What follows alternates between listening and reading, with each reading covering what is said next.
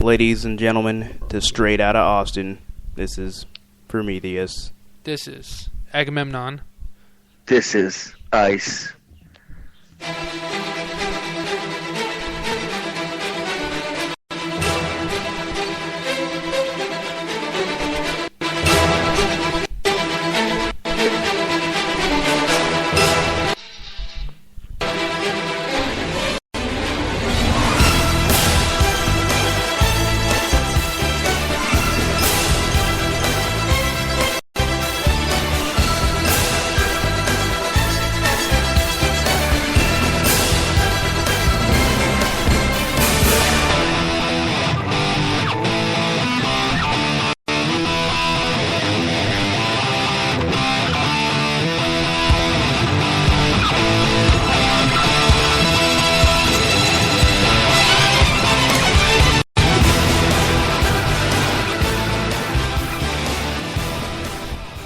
Rock you like a hurricane, but for copyright purposes, we will not. Anyway, welcome, ladies and gentlemen. As I said, Straight Outta Austin, it's Prometheus. This is Agamemnon. Once again. And this is Ice. Just in case you forgot, in the last 2 minutes, we are the people that we said that we were about 30 seconds ago. We were them. I am what I say when I say it. But anyway. Nobody like me, Yeah. There's no one else like me. There is only me, Jaime Lannister. But anyway, for those who may be listening live, we apologize for any technical difficulties. Mixler is acting up, so the chat may or may not be in effect. I don't know. I'm not a doctor. Oh. So okay, Blood Ocean's in the chat. So I guess maybe it's just myself and Agamemnon that can't seem to get in here.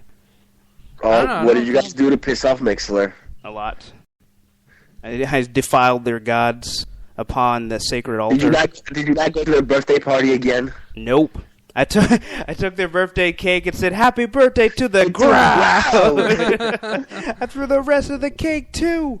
Welcome to the real world, Mixler. So yeah, that's what I did. They didn't appreciate it. Apparently, they're not fans of Lonely Island. But apparently, we do have some people in the chat. We got Carrie Figs and Blood Ocean 07. Okay, so I can view the chat. I just can't join the chat. So I can't view chat.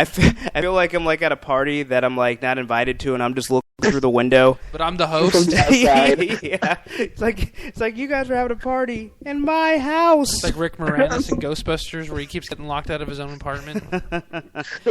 Oh, Rick Moranis. What did I do to deserve being me? Honey, I Shrunk the Kids for a third time. Oh boy! I'm telling you, I want that movie. That's the only sequel from like the 80s that I want to see. Ghostbusters 2? No, Honey, I Shrunk the Kids 3. Why? I don't know. I do not know. It would be terrible, but I just want to see Rick Moranis back. And Honey, I Shrunk the Kids, that was his franchise. And the world needs Rick Moranis. I want to see Honey, I Shrunk the Bank, where it's him and he gambled away all his money and tries to pass it off as one of his horrible stuff shrinking schemes that he's bundled up in the past. Oh, for that, you're going to say that's like his actual like movie? That's his actual life, where it's like he has to go back to making that movie because he shrank his bank account by leaving acting. No. Like the wife comes home and is like, "We're broke. We don't have to pay the bills," and then he doesn't want to man up and say like, "Oh, I spent it all away at Vegas or some shit." Dude, I just thought of something. Go ahead. Okay, get this. I'm getting it. What's Rick up? Moranis as Hank Pym in Ant-Man. Oh, hey, Honey, I shrunk myself. And I shrunk you, and we became superheroes. I mean, how's that for a title? Oh, but I'm just saying, I think it's a good idea. Marvel, Kevin Fergalicious, get on that. I'd watch it. I would watch it twice. Maybe 3 times. Dude, I need a new computer so badly. Like my CPU usage is going anywhere from a healthy margin of 4% to 92%. What? 92%? Speaking of that, so I got really excited by Time Warner and then really angry at Time Warner. So they sent me this deal. To be fair, that's kind of like par for the course. Yeah, but this especially infuriated me. So it's like, here's your rate for your internet, and you can get the ultimate internet or whatever, which is what I already have. And it's like, and if you act now, you can get like a free 2-in-1 tablet. So it's like a tablet and a laptop. And I was like, sweet, that would be perfect. I don't need a new laptop, but it would be perfect just to have a laptop specifically for running the podcast. Right. So I tried to log in and do it online, and it wouldn't work. So then I sat there and waited for their freaking tech people to finally pick up, just for them to finally tell me, like, oh, sorry, that's only for new customers. So I'm like, okay. So let me get this straight. Because they sent me another notice, and they're like, well, you can either sign up for this internet, or your internet's going to go up to like $100 a month. So basically, for being a loyal customer for like 2 or 3 years, I have to pay more. But if I said fuck you to Time Warner for the last couple of years, and now if I wanted to hop on the bandwagon, I get a free computer and a lower rate. So needless to say, I will be giving AT&T a call. At least until Google Fiber pops up. So yeah, I actually think AT&T had something similar for a while, where you get the free notebook tablet. Oh yeah, something like that. I was looking for it, but I couldn't. They didn't. I guess they're not running it anymore. Well, I mean, in any case, it still equals to you just buying the tablet. Yeah. And paying it off in a shorter amount of time. I want as it would be on your monthly payments. I want them to give it to me, and I want it bejeweled in my honor. Whoa, hold on. I think either way, you're going to end up paying for dinner first. Do what? At least ask them out for take them out for you to take them out to dinner first. Oh nope, no dinner for them. We're going straight to dessert. Kara in the chat says Time Warner's absolutely terrible. I have friends who've had issues for years. Not a good company. You hear that, Ted Turner? You're an asshole. So that's my rant for the day. So I know Luis has a story to tell that involves Dr. Love. Oh yeah. Why, Doctor? Well, it all started out late Thursday. I was out. Just I was out of the house and doing things and whatnot. And then throughout later in the day, I started to catch, sore throat, stuffy nose, and everything.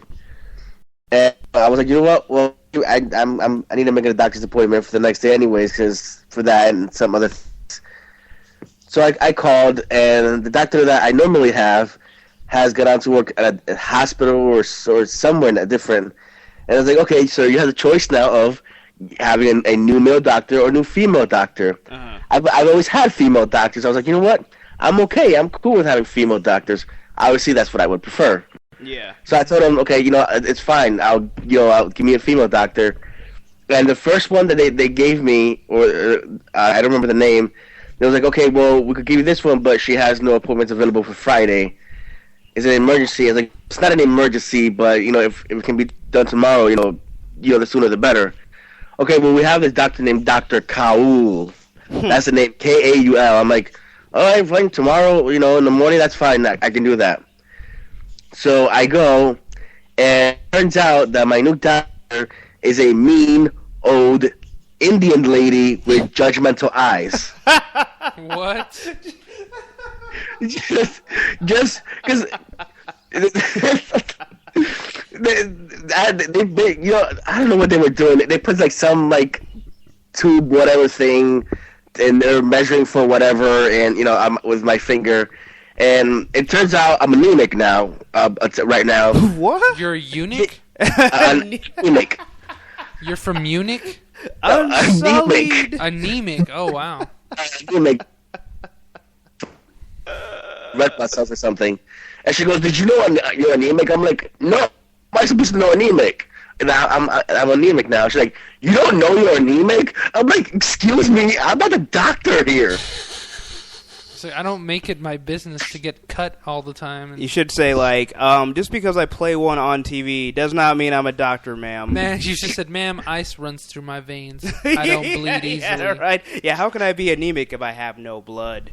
Exactly. Yeah. She's like, "You don't know you're anemic?" I go, "This and this," and then I'm like, "No." I'm like, and then I could barely understand her, so I went "I'm sorry. Can you say that 50 times in 5 minutes?" And every time I said, "I'm sorry, can you repeat that?" She looked at me like, "Are you making me repeat myself?" Yes. Yeah. That's exactly what I'm doing. That's why I'm paying you. no, answer me. It was terrible. And then she gave me a prescription and all that. She says, okay, here you'll need this and all that and that was for something else because I apparently have a rash or something on my arm because from doing some yard work like the week before. And then I told her sore throat and stuffy. It got worse, when I came in that day, and she gave me absolutely nothing for that. Told me absolutely nothing to that. Oh wow, tough shit, bitch. Basically, she just gave me the prescription. Basically said screw off. That pretty much how it went. But so okay, we also want you to go get some blood work. Go to the lab and then we'll get it done and we'll see what happens. I go to the lab. The computers are down. So now I have to come in some of the time to get it done, and it's just it's like I was like maybe I should have just gone with a guy. Yeah, with all the hassle you went through, like maybe a guy without judgmental eyes would probably serve you better. It's like she's telling me all these things. I'm like, remember, you're the doctor. I'm not. So no, I'm not gonna know these things that apparently that I now somehow. If you end up seeing her again, you should just start dropping like comic knowledge. Like, you didn't know that? You didn't know Wolverine's real name was James Howlett? Get out of here. Get out of here. I'm disgusted. You didn't know the Watcher's base was on the moon? Yeah, exactly. Fuck out of here. Everybody knows that. What's wrong with you? Where have you been? Yeah. Yeah, that's totally what I would do. It should just be looking at you with these glazed over eyes, having no idea what you're talking about, and just walk out just like, I'm disgusted. Yeah, it's like you give me judgmental eyes, well, I'll give you Ghost Rider's penance eyes. How about that? Penance stare. Yeah. Look into my eyes and tell me what it is you see. Oh, that was like scary twin girls right there. Yeah. It just happens sometimes. Yeah. Sometimes we are in sync. And it's a beautiful thing. But yeah, that sucks. I don't know. Doctors are assholes. I had a doctor. His name was Dr. Wily. So if you're familiar with the Mega Man series. Yeah. They have crazy bald hair. It was he didn't look anything like Dr. Wily, but I thought it was hilarious. It was just like, I'm sure if you had any friends that played video games growing up, you probably got picked on a lot. Yeah. Or maybe he was just like, everyone called him Wily, and maybe he was like Wile E. Coyote. He was like, I'll show you. I'm going to become a doctor. Then no one's going to make fun of my name anymore. And then after he graduated med school, everyone was like, Dr. Wily, like Mega Man. And then he had like a freaking Darth Vader moment just going, no! Yeah, well, because like the thing for me was like this ruined my streak because ever since I was a kid, I've always had great young-looking female doctors that were always nice, always treated me with respect and everything. And now here comes this one and just like combo breaker. Combo breaker. Well, there's always one. Oh, Bloodhound wants to know, was he a good doctor, Dr. Wily? Not really. He was actually kind of... I could never understand what he was saying. If I could interrupt for just a second, I think he's referencing the new Doctor Who series that's coming up in like a week or two. Nah, that ain't him. Blood Ocean, confirm it. Oh, that's right. The new Doctor Who is a week from this Saturday. Yeah, because the whole tagline, because it's a whole new Doctor played by Peter Capaldi. And the whole tagline for the new series is, "Am I a good doctor?" or something like that. No. Am I a good man? Well, I'm assuming that's what it is. I'm just going out on a limb and assuming Blood Ocean is like the biggest. Oh, nope, he was being literal. Oh, I gave you too much credit. Mega Man owned. You need to drink that Mega Man soda. Get your life back. that E-can drink. Yeah, I always loved that in the cartoon. No, now you took my power. And then you have like Cutman's little like Cut and Pac-Man little blade thing and fly around. Cartoon with a great thing with the theme. Somebody robot, Mega Man. I totally need to add that to the list of sound bites. I keep forgetting. I keep saying that, and then I never do. So I'm actually going to keep a running list starting now. Starting now? Wow. Yeah. Wow. That's incredible. Yeah, it is. Incredible edibles. Anyway, something that was funny and now is no longer funny. Ryan Williams, dead. 63. So I figured we'd get this out of the way, just since much feels for many people. Yeah. And I'd rather Like, discuss it now. literally just happened. Yeah.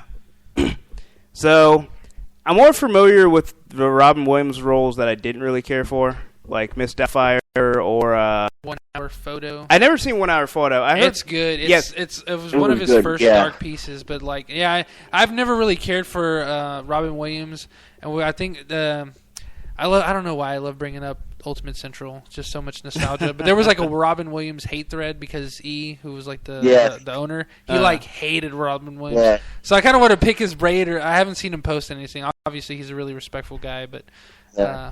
I would have imagined, like, in any other aspect, it would be like, fuck that guy. Yeah. Sucks he's dead, though. Yeah, I sent him a message earlier. It's like, oh man, it's like, listen, I know you never liked his acting, but that just died, and you know they're not releasing the cause of death, but there's rumors that he was severely depressed. Yeah. Yeah, so he sent me a message like, yeah, I just heard that's crazy. And that's all he told me. Maybe he died because he wouldn't reciprocate his feelings. Like, why don't you like my movies? Yeah, and the thing is that Robin just signed on a couple of weeks ago to do a sequel to Mrs. Doubtfire. Well, Oh there wow, you go. that's probably what killed him. Hook, line, and sinker. Because like I said, he's had some good movies. Like he was awesome in Death to Smoochie, and it's like he does some really good ones. But it's like I don't know, he just went through this streak of just making garbage movies like Flubber and. I enjoyed Flubber. I still enjoy it to this day. You know, it's funny Well, though. It's like that makes Flubber not one of happened, us. and it didn't really slow his career down at all. Yeah, Like, it might have just a bit, but like not enough to be. but like, he was oh, able man. to bounce back, Not much like- like Flubber. Yeah, not like in the way where like Robert Downey like killed his own career with drug abuse, and then all of a sudden he comes back with Tropic Thunder and Iron Man. I'm like, oh yeah, we forgot this guy was like good 10 years ago. Yeah. Now he's the highest paid man in Hollywood. It was just like, well, yeah, on to the next movie. Carrie Fisher says Night at the Museum 3 is going to rock the box office this Xmas. It's Oh not yeah, even it funny. surely is. Oh, that's Sure it right. is. He did that already too. Yeah. Teddy Roosevelt. But the thing that really stood out to me when they announced that he was dead, because the cause of death is asphyxiation, and the first thing I thought of was like, I don't know if this is a suicide, because they said it was a suicide when David Carradine died. Yeah. And then we found out otherwise. Yeah, he was just a freak. And I don't know. Robin Williams seems like that's like something he would be into. Yeah. It just would not surprise me if at all, if like the next 2 days we find out like, no, this was actually an accident and this was sexual, and oops, which would make it even more tragic because it's just like, yeah, I was totally down to do Miss Doubtfire too, but that backfired. Yeah, I don't know because I hope it's not true. You know, with him being severely depressed. I mean, because like for one thing, he had an extremely great relationship with his daughter. You know. Especially his love, like his true genuine love over the game Legend of Zelda, which is what he named his daughter after, the princess. Yeah, he was a huge. Like, I had only found that out like maybe less than a year ago. Huh? I found that out Maybe less than 6 months ago, and I was like, wow, man, he's like a huge like Nintendo fanboy. Yeah, Like, yeah, he is. That Yeah, kind of made and- him more endearing in my eyes. Yeah, you know, in naming his daughter, after Zelda, and that's how they bonded through video games through that series. And it's just like, I mean, I guess, like, yeah, maybe he was like, maybe it's possible that he was depressed, but I don't know, because for me, with that kind of relationship that he had with his daughter and his wife, you know, I'm sure like they were always there for him in that regard. So if he was depressed, you know, I don't know, it's just tough, you know, with these kind of things, and you know, when it comes to anything like that. Right. Yeah, because it's like one of those things where, like, from the outside looking in, it's hard to see, like, well, this guy seems like he has everything. Why would he be depressed? But, you know, there's always other circumstances. And then sometimes, like, even, like, when everything on paper is good, you know, people can still be depressed regardless. So, I don't know. But, yeah, it really does suck. Like I said, I've never been a huge Robin Williams fan, but I think it's, of all the ways for someone to die, like, you know, it was tragic when Paul Walker died, but at least he was, like... At least he died more or less in a happy place until he crashed, obviously. But you know, but for someone to take their own life, it's just like it's that level of desperation for someone to do that. So I don't know. R.I.P. to Robin Williams. Casey pointed out in the chat that she loved Ben Aladdin. He was a great genie. Yeah, some of my favorite movies. One of my more favorite ones was Awakenings. I really enjoyed that movie. Even from when it was first shown to me. I think in like the 7th grade or 8th grade. It was a pretty incredible movie. That also starred Robert De Niro. Good Will Hunting. I had only seen that movie like not even a year ago, like maybe November, December. I've only seen it like once or twice. I thought he was good in it. I still haven't seen it. Yeah, I thought it was a pretty incredible movie. What Dreams May Come was another kind of like a surprise hit for me. I have seen Patch Adams. Patch Adams supposed to be really good, and Good Morning Vietnam was probably arguably like his like breakout role. Although I mean he was famous before that, but it was like it's kind of like to me. Right. I consider, and maybe a lot of other people do, consider Good Morning Vietnam like the equivalent to Jim Carrey in what was that The Truman Show, where it was just like, oh, he's not just this funny jackass, you know, with stupid hair and poop jokes.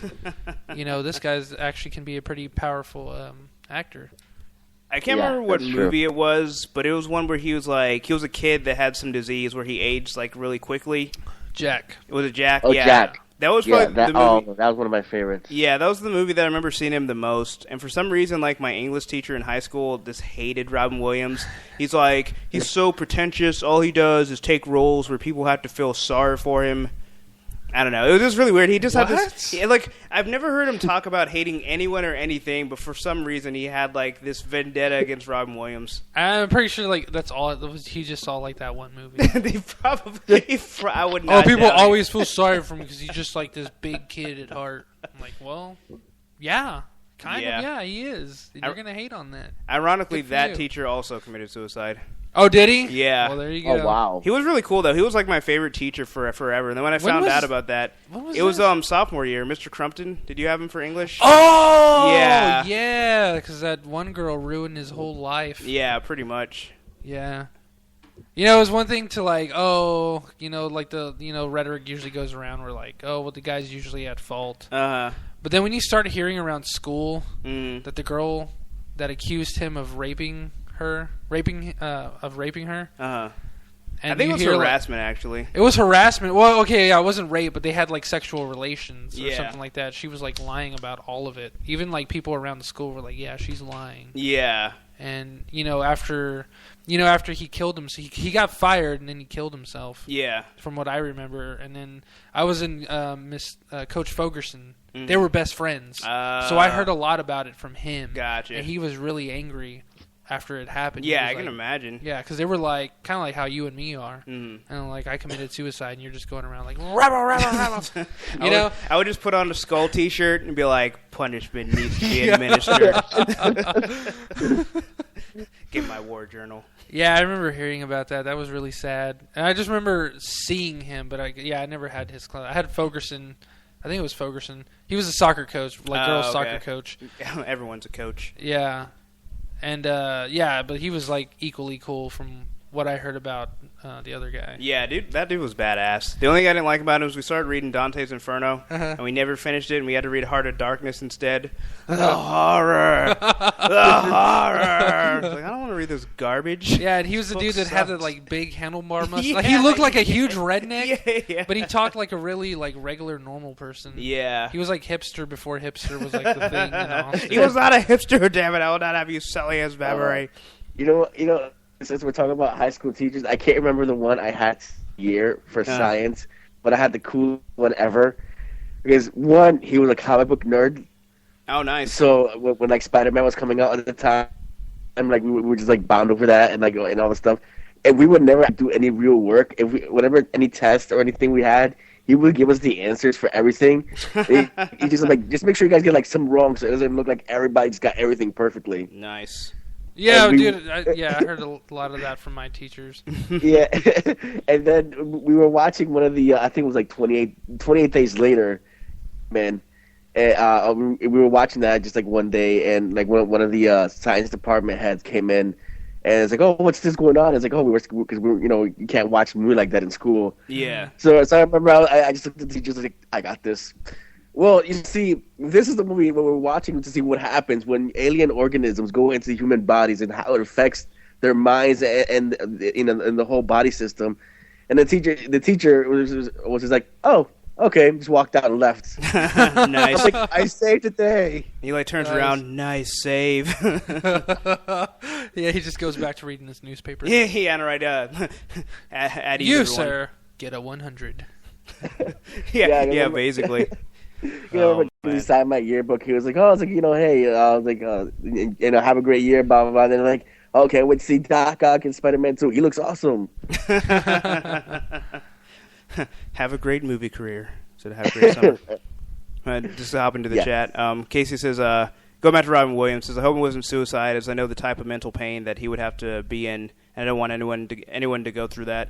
Yeah, that's the whole thing where it's like, I don't know. I almost hope that it's asphyxiation, like this sexual kind, just because it's like at least it was like him not just trying to be like, well, everything is so horrible in my life that I need to die. Instead, he's just like, I really want to get off really bad. Even it might kill me, but I'm willing to do it. Yeah.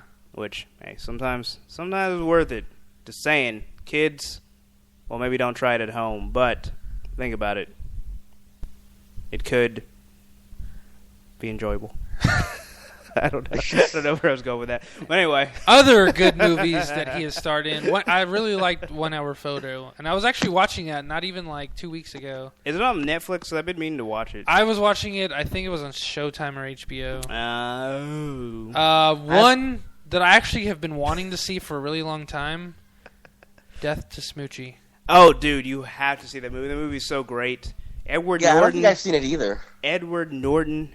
That's all I gotta And say. Robin Williams. Yeah, and Robin Williams, I think he's in there too. Yeah, okay. He's on the cover. But no, it's really good. It's one of those dark comedies, and it's excellent. Yeah, that was one of the first movies I saw Robin Williams in, where I was like, all right. I know Mr. Crumpton says I was supposed to hate this guy, but I can't because this movie's too damn good. So no, it's a great movie. I definitely would recommend it. But yeah. Moving on. Blood Ocean said no, just no. I don't know if he's saying that to me encouraging people to try asphyxiation, but if you are saying no, then hey, more or less breath for me, all right? That's all I got to say. Okay. Anyway. Oh, okay. So Captain America. If I could just bring one thing up, I've been on a podcast fix on the way to work the past few days. Listening straight out Austin. Actually, yes. The comic bubble. I've been listening to like the last 3 or 4 episodes. I have a couple of critiques about the way we should do the beginning, which is kind of why I did it the way we did it today. But I was listening to the Thor's Not a Lady one or something like that. And I was describing my feelings about my class at that time. Oh, yeah, with Professor X. Yeah, and I made some analogy to like sweat glands and nipples. And then just Luis's reaction to that, dude, I was like laughing so hard. I couldn't control my breath when I was like walking out of my car. I was like, dude, that is priceless. I didn't realize how, like, you know, when you're in the spot, sometimes you don't realize how funny things really are until you listen to them afterwards. Yeah, and plus there's so many things you don't hear until after. Oh, yeah, there's lots. There are lots. Like, I was laughing at something that you had said, and then when you had said it in the moment, it was kind of like really casual, and I was just like, yeah, and then just kept going on my line of dialogue before I'm thinking like, yeah, I was probably just saying that way, saying it that way so I wouldn't forget, just staying concentrated. But I was kind of like laughing to myself because I was just like, that was funny. Why wasn't I laughing at that point? You're still processing. Yeah. You were still buffering. But, yeah. So, the next topic we have here has to do with good old Captain America and Batman Superman Dawn of Justice. So at first they're going to go head-to-head, but Warner Brothers folded because they couldn't stand up to the vibranium adamantium alloy. They blinked. Yeah, they did, yeah. That's why when you're facing your opponent head-on in a fight, in a fist fight, even a Nevada State Athletic Commission sanctioned boxing match, you don't blink! Yeah, DC. Apparently DC Warner Brothers never heard of Captain America's theme song. Fuck yeah. Come on. Everybody knows that when Captain America throws his mighty shield, all of those who chose to oppose the shield must wield. Yeah. Well, Well, suppose they yielded all right. So if there's a fight and a duel is due, then the red and the white and the blue come through when Captain America throws his mighty shield. oh my god, bravo, sir. Thank you. You know, if you were a Game of Thrones character, you would be from Bravosi. The first sword of Bravos does not yield. Bravos, yeah, there it is. You would be a Bravosi. Yeah. So I'm surprised Agamemnon doesn't know that, being the big Cap fan. But I'm impressed, Luis, as always, by your Oracle-like knowledge. you. But yeah, so apparently Batman vs Superman is going to be coming out in March 25th, 2016. So we only got 2 years. Only got 2 years to get excited, folks. Yeah. I hope that's enough time for you to get adequately I think excited. it's more like a year and a half when you really think about it. Still, there's a 16 and we're in 14. My brain says 2 years. Yeah. No, yeah, technically it is probably closer to a year and a half. Still, it's like I wish they didn't even announce this film until 2015. Like, I don't want to wait an entire year and a half to get excited for a movie that probably won't live up to expectations. Right. You What- also don't wait until our lives are over. Yeah. I don't want to wait till the lives to be over. It's just, it's. I can't even concentrate. It's funny, like, reading all the sources, like, what different websites are saying, the reason is, what the reason's for. A lot of them said, because if they kept that date, both movies would lose money.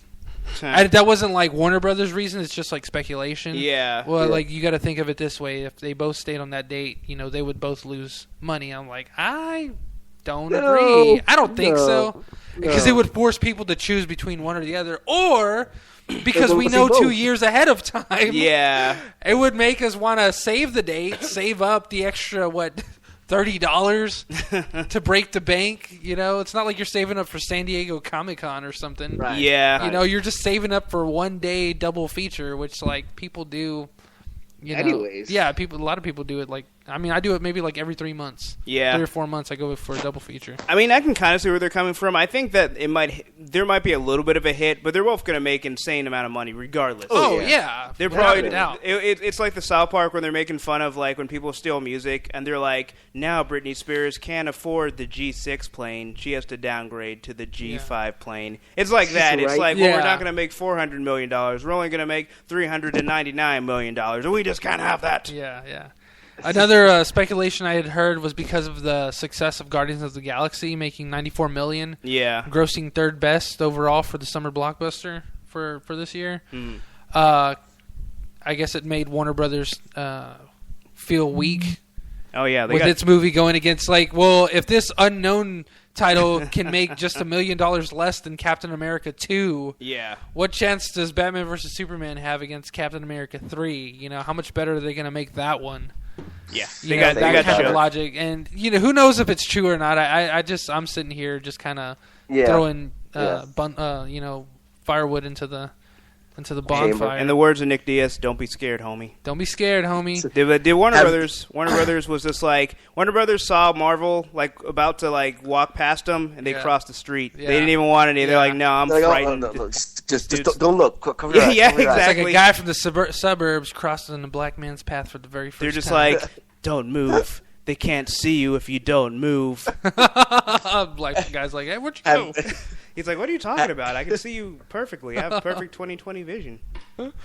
Have you guys seen the quote unquote response Marvel made back after Warner Brothers made that announcement No. about like the whole Squadron Supreme thing and everything? Oh yeah, I saw you post Jesus. that. Yeah. Yeah. Dude, I was reading into that, like, someone was like, wow, they're that confident that Squadron Supreme's going to do that good against them? And as I kept reading, I was like, this is troll bait. What the hell? Yo, I don't know who came up with that, but whoever did, I need to find that person and get that person all the wins in the world because Yeah. that was hilarious.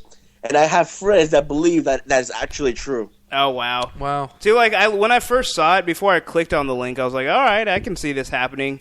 And then when I actually just scrolled down, I'm like, okay. The second I started reading the title, I'm like, all right, this is obviously not gonna happen. But Yeah. Yeah, I think my favorite is probably still like the Spider-Man was like Ultimate Spider is like F you Sony, like you sell us the right like the rights back for 4 tours and a handy for Joe Quesada. yeah. You know, the way things are going, I swear, if the next Spider-Man movie is if it's a flop, I If it ever guarantee. even happens. They're gonna try and recoup that money, but I guarantee if that one flops, they're probably gonna be like, "Hey, Marvel, just give us a couple mil, we'll call it evens." Yeah.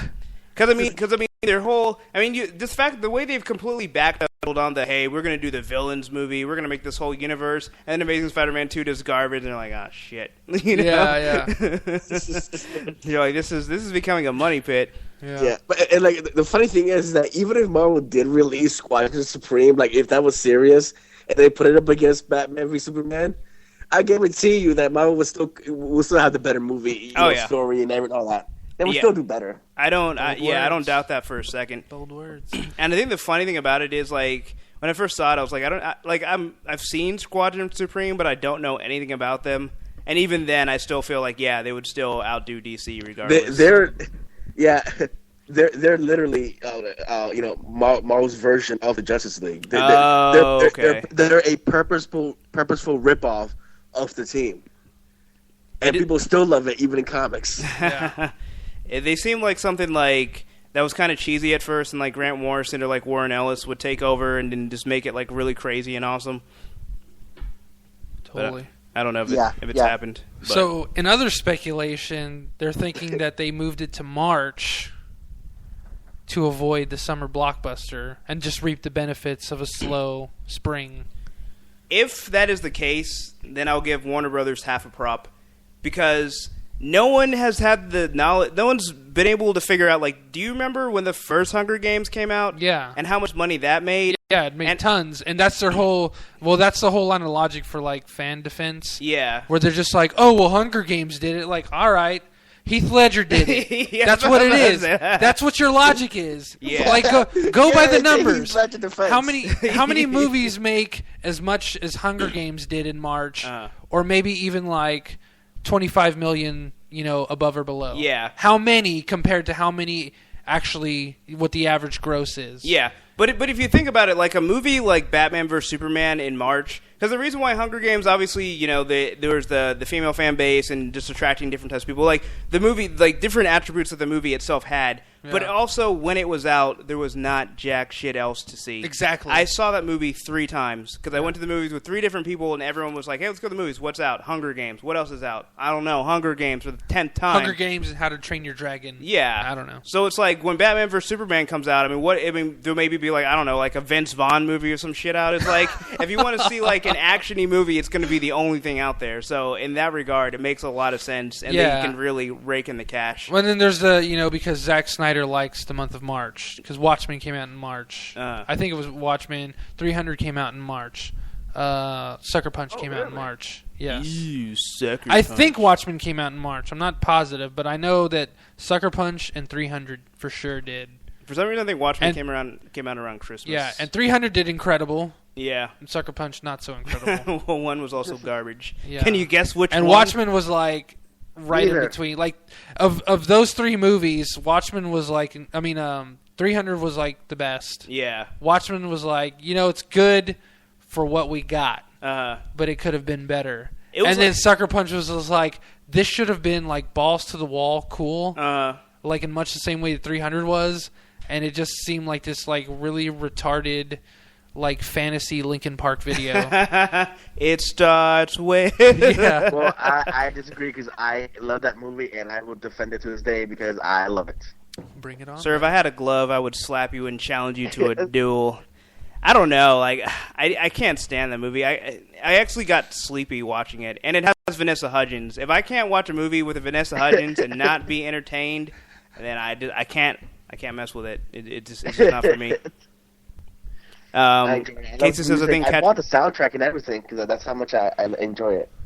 Well, I think there was a lot of problems that people had because they said like the first half was just like a music video, which is funny because Zack Snyder started his career. He used to direct music videos. Yeah.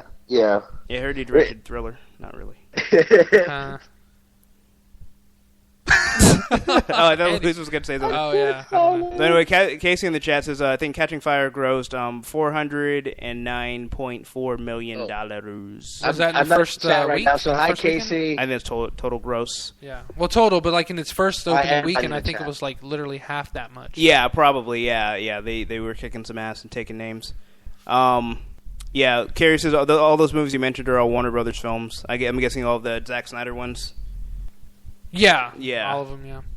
So, I don't know. That's But where he yeah. makes his moolah. I mean, that's one of the things. I mean, to me, I wouldn't think that DC or Warner Brothers was scared if they had already chosen that date. But the fact that once Marvel announced, and they're just like, we're not messing with Cap. So, yeah. I mean, it makes sense financially, but at the same time, I think they were just like, we don't want to handle them. Like, yeah, like, if a talking tree and a talking raccoon are going to kick box office ass, like, what are they going to do against a super soldier? Yeah. Well, I think it's just cute that they think they're going to, like, reach 200 million. I think they can get close, but I don't see it making more than, like, 140, 150. I don't know. I don't think they're going to make Hunger Games numbers. I think it's possible. I don't know. They got the goddamn Batman. I think it's going to be based a lot around the reviews. Yeah. I think this one, like, if the reviews are definitely going to make it or break it. And right now, unless you're, like, a really hardcore DC fanboy, there's not a whole lot of positive hype. Because I really like it. I want to see it. But I don't have, like, I don't even know what Captain America 3 is about. Yeah. And I know that I'm going to go see it. I kind of disagree. I think after the To be fair, before you continue, Uh-huh. you're like the hardcore Batman fan. Yeah, but after the internet meltdown of Batfleck, Yeah. pretty much everything they've been posting related to him as Batman, people have been eating up. Yeah. Like, people have really been liking, like, oh, the Well, I don't Batsuit's think anyone's awesome. hated Batfleck as much as you or I have. No, the internet went insane. It broke Yeah, but in after half. like a week, a lot of people came to their senses, and I Nope. feel like we were like in the minority of like, are you people nuts? I don't know, because there were still people, like, after I finally was like, all right, maybe it might be okay, there were still people just insane Joker level insanity just running around like madmen. But I don't know. I mean, well, like Carrie Fix, he puts, Batman casuals will rake the money. Let's be honest, Batman is the most popular superhero ever. Yeah. Drops Mike. So I think that's the thing. I mean, the fact that all the promotion, besides like one Wonder Woman still, we've pretty much seen only Batman. I mean, they're pretty much making this another Batman Well, yeah, film. but we already know what Superman's going to look like. Yeah. To be fair, everyone like when you put Batman in the title of a Superman movie, which I think that's just ridiculous in itself. Of course, everyone's going to see what Batman looks like, especially when a lot of people feel like, okay, Ben Affleck's going to have to prove himself as Batman. And then they see the Frank Miller Dark Knight version, and people will just lose their shit. Yeah, I don't know. I still think he looks really bland. Because, Uh-huh. like, if you just look at his face, like, the mask is doing all the anger. And then he's just got this, like, face, like, below. I think he's just kind of doing, like, I'm bored.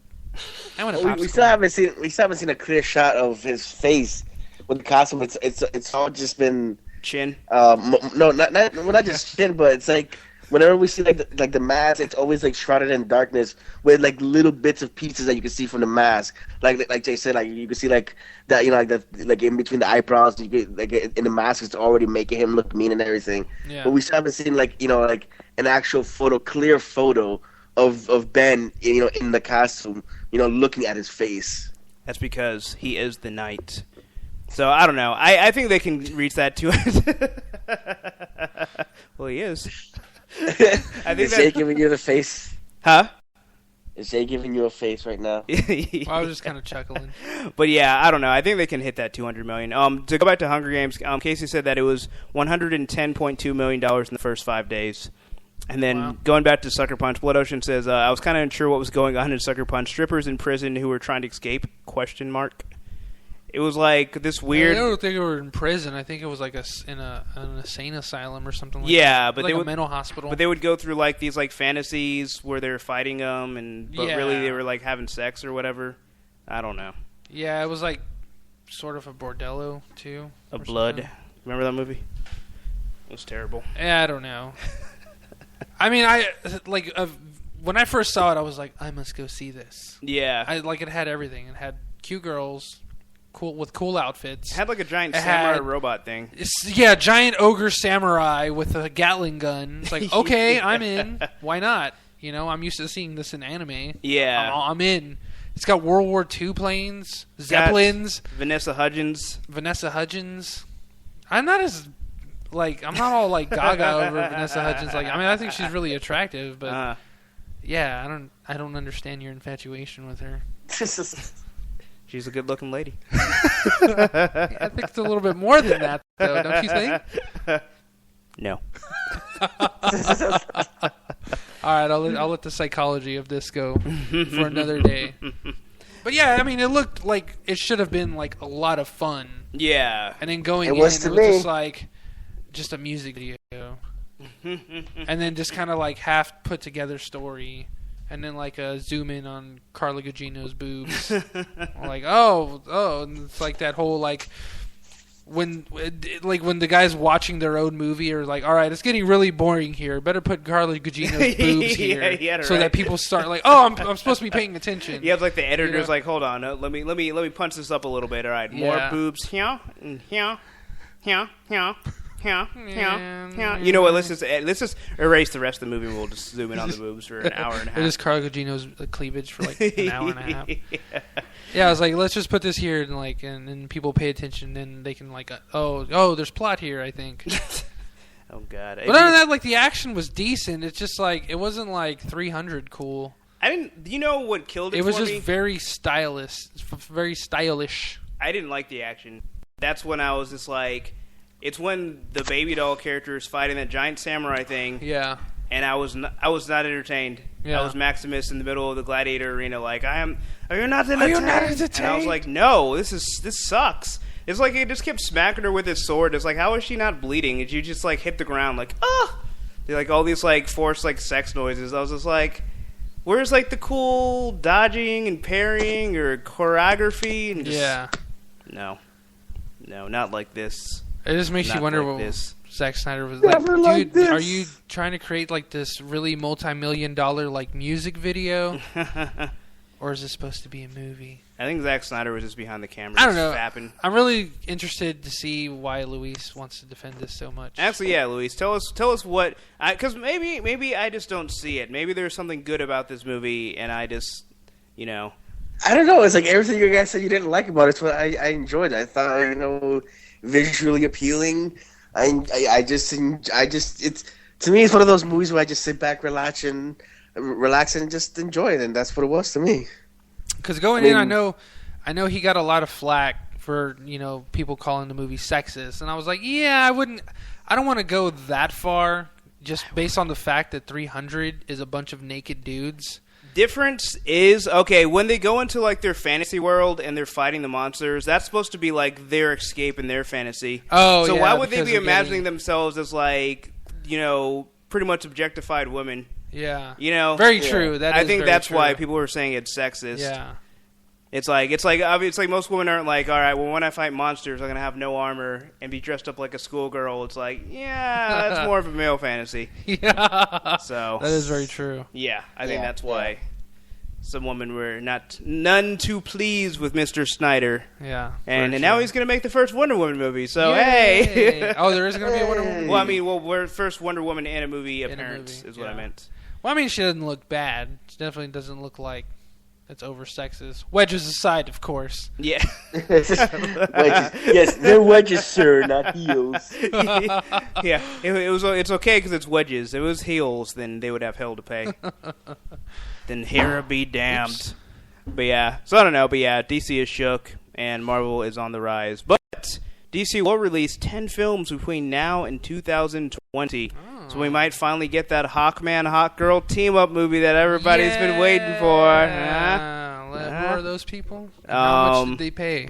Well, they're out there. They're under the covers. They haven't exactly... Way out there. yeah, no one wants Hawkman. I think we could actually probably see an Aquaman movie before we even see Hawkman, like, ever in a movie.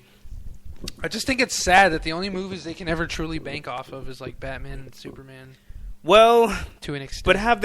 but they haven't really tried though. They have made Green Lantern. Well, that's the thing. I think they have tried, and Okay. that's the problem. Well, is that it's explain. not working. Well, They'll- I mean, Green Lantern for one. yeah, but Green Lantern was They- a garbage they've tried- movie. Though. I mean, I really sense. enjoyed Man of Steel, but the fact that it's I mean, if you look at the ratings, and I mean, although I really like the movie, you can't argue with the majority of people liking Superman Returns more than Man of Steel well, this is the problem. by a pretty considerable margin. This is the problem with Warner Brothers is they have these iconic superheroes, and they hate superheroes. They obviously hate superheroes because they don't want to make a superhero movie. Yeah. I mean, there's no reason why Green Lantern shouldn't have been fantastic. There's no reason why they can't put out a Flash movie. If their TV shows are doing so well, and this is the CW, no disrespect to the most abs per capita Arrow, but if the CW can make a show that comic book fans not only like but love, there's no reason why their film department can't do the same thing. Exactly. Well, and that's the sad thing, because if you keep within movie features, go to the other side of that spectrum and look at all the animated features they create. And there you go. And even though some like War, like action-wise was like really good, but a lot of people felt like, oh, the story wasn't that solid. But then when you look at Flashpoint Paradox, people were like, this was incredible. Yeah. And Justice League Doom, when I reviewed it when it came out, that was a really good one. Yeah, that was like awesome. the best one, I think. Yeah. Doom was great. Flashpoint was not. I think from Flashpoint onwards, they're starting to do what they've done in the movies and make them too dark. You have all this unnecessary swearing, all these overextended and also unnecessary violence, over-sexualization of characters that is completely not needed. These used to be movies that you could sit with like a 12-year-old and watch. You can't do that anymore. These movies are almost R-rating now in their animated features, and I'm starting to wonder maybe this is why Bruce Timm decided to leave that department. Yeah, that wouldn't surprise me because it is a completely different direction. I will say I agree with everything you said, but I still loved Flashpoint, and it was because of the same reasons you said. Only because I've never seen DC like that. Like it was just like I was watching this, just like, did Batman just break someone's fingers? Like it was just like so hardcore. I was just like wow. Wonder Woman like drove a sword through Aquaman's neck. There are some things that work, but like some other things that are just like not needed. Yeah. No, I agree. Like overall, it's like because the movies were perfect the way they were. Like Justice League Doom, like they should have stuck with that format. Yeah. And the thing that sucks the most is like after Flashpoint, all of their movies like are supposed to be in the same continuity.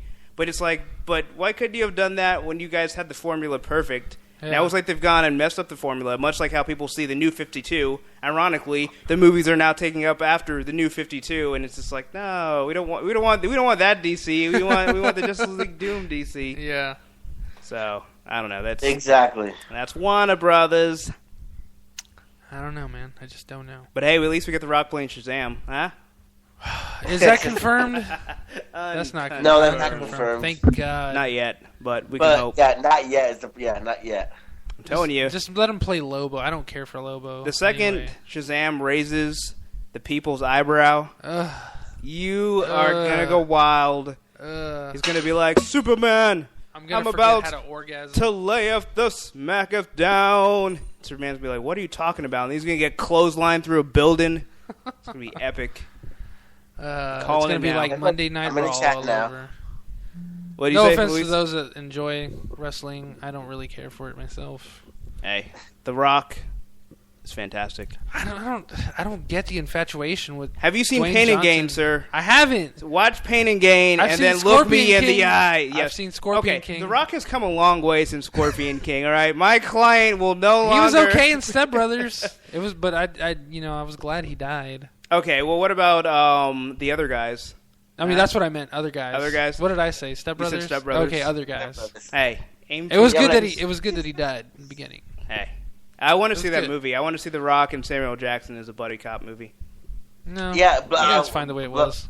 Blood Ocean brought something up that I was going to bring up too, and then which I also talked about, which you can hear in today's episode of the Comic Book Podcast, that Zack Snyder called into a radio station to defend Aquaman. Ooh, Nice. Please explain, sir. Well, there was these two radio DJs that were just like tearing him apart, just calling him this and that, and Snyder got like offended. He had to call in and like defend, like, oh no, Aquaman's cool. Yes, and he had some good points. He actually had some good points on the character. Saying like, hey, this is also a strong character. He can go up. Imagine how strong he already is underwater. So when he brings that out of the water, he's even stronger. He can have good fights. And I'm like, okay, good points and everything. But then you also got to think about why did he bother to call in? Like, Like why was he? Why did this bother him so much? That he like, okay, where's my phone? I gotta call these guys because it just makes you think. Well, maybe Aquaman really is gonna be in the movie because why would you as a director who's gonna be directing basically a pilot film for Justice League that might or might not have Aquaman? It's like obviously he's like, oh, you don't want people to this characters that could appear in your movie and then have people like turn around like, oh yeah, I heard that guy sucks. Never mind, I don't want to see this because like to me that's his logic of thinking. I think he knows that the world isn't ready yet for Aquaman. He has to prep them. And then once Aquaman shows up and rises from the ocean, others will join him in the sun. One of the quote unquote cool abilities that Zack Snyder talked about is how Aquaman's trident could cut the flesh of Superman if they came in contact. So there you go. That's true. He's gonna give him a really bad paper cut. But now I don't know. Aquaman to me is like he just amuses me as a character. But I mean, I can see them legit making him cool. Like he's been just the butt of so many jokes for so long, and right, I can see. But yeah, I do agree with what you're saying, Luis. Like it almost solidifies that Aquaman will be in the movie because there's no other reason unless he literally is just like the biggest Aquaman fan. He's like, no, bro, you don't say that about Aquaman. But I doubt it. I think it's more like pre-film hype. Years in advance, but hey, you got to get the hype train rolling. A year and a half. Hey, 2 years, bro. Hey, They're probably going to push it back again to November or something. He's estimating. It's an estimate. Yeah. I don't know. It's going to feel like 2 years until that bat suit comes on, and then you'll be too late. That's what I'm really interested in is what Ben Affleck is going to do with the voice. Is he going to be the Boston Batman? Be like, hey, crime, going to punch you from Boston. That sounds horrendous, sir. I would expect that, but in a gag reel kind of thing on a Blu-ray. Oh, I would love that. It's like they have like Batman on the set of The Town. That would be awesome. That would. Go ahead. Have you guys actually seen, in relation to all this Batman Marvel thing, the difference between DC and Marvel? There's a link that I put up. Yeah, I was reading that earlier. Hold on, let me just, I people have to listen to it, but I will also link it in. Yeah, well, Luis It's a difference between DC and Marvel. This is priceless. DC, Wonder Woman is too difficult to find a movie audience for. Marvel is like, yo, you like Black Widow? Here she is in the next Captain America movie with like a ton of screen time and major ass-kicking and everything skills. It's like DC's like, we can't allow lesbians and Batwoman to get married in the comics. Sorry. It's like Marvel's like, hey, guess what? We feature a gay wedding on the cover for an X-Men issue. It just goes on and on. It's just like, holy crap. Marvel just like kicks the door in, stares DC down, drops the mic. Boom. kicks them while they're in the fetal position. Like, you had enough. I don't know. I like the one that's like, DC can't mention any superhero titles in their movies. That's ridiculous. And Marvel's like, fuck yeah, you want a raccoon voice of Bradley Cooper with a giant gun? You want Vin Diesel playing a tree? Amy fucking Pond playing a sexy bald space pirate? Here you fuckers go. Yeah. It's like our fan base is mostly white males. I'm sure our focus is, no, She-Hulk line, when she goes to court and saves New York. It's like, wait, no female Thor. It's like, I did it. No Black Captain America. Take all that cool. Marvel be outie, please. Yeah, DC. I don't know. DC's so disappointing because they could be so much better than they are. They just need to like clean house and just fire all the executives and just start all over. Or at least have like somebody who actually knows what they're doing, like making like at least having the final say. Like you can have your board of directors that are just gonna want the status quo, and just have Grant Morrison in there to be like, no, we're not doing that. Oh, he just wants nothing to do with DC. Oh, I know. But he'd just make him drop acid or something and be like, I'm just saying you should come up with better. No, examples. Sir. He killed Damon Wayne for your sins. Not mine sins, for DC sins.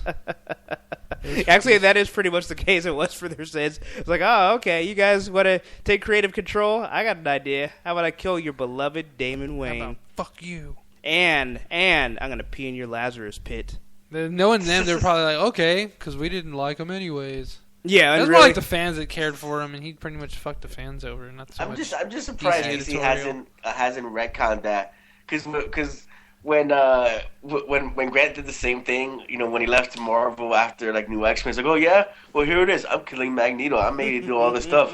What did Marvel do? Literally like a month or two later, oh yeah, they brought like, here's a real Magneto. That was a fake Magneto. Yeah, like the the real whole Magneto book just about shows up and like, we thought you were dead. It's like, no, Nah, that ain't me. I was vacationing in the Bahamas.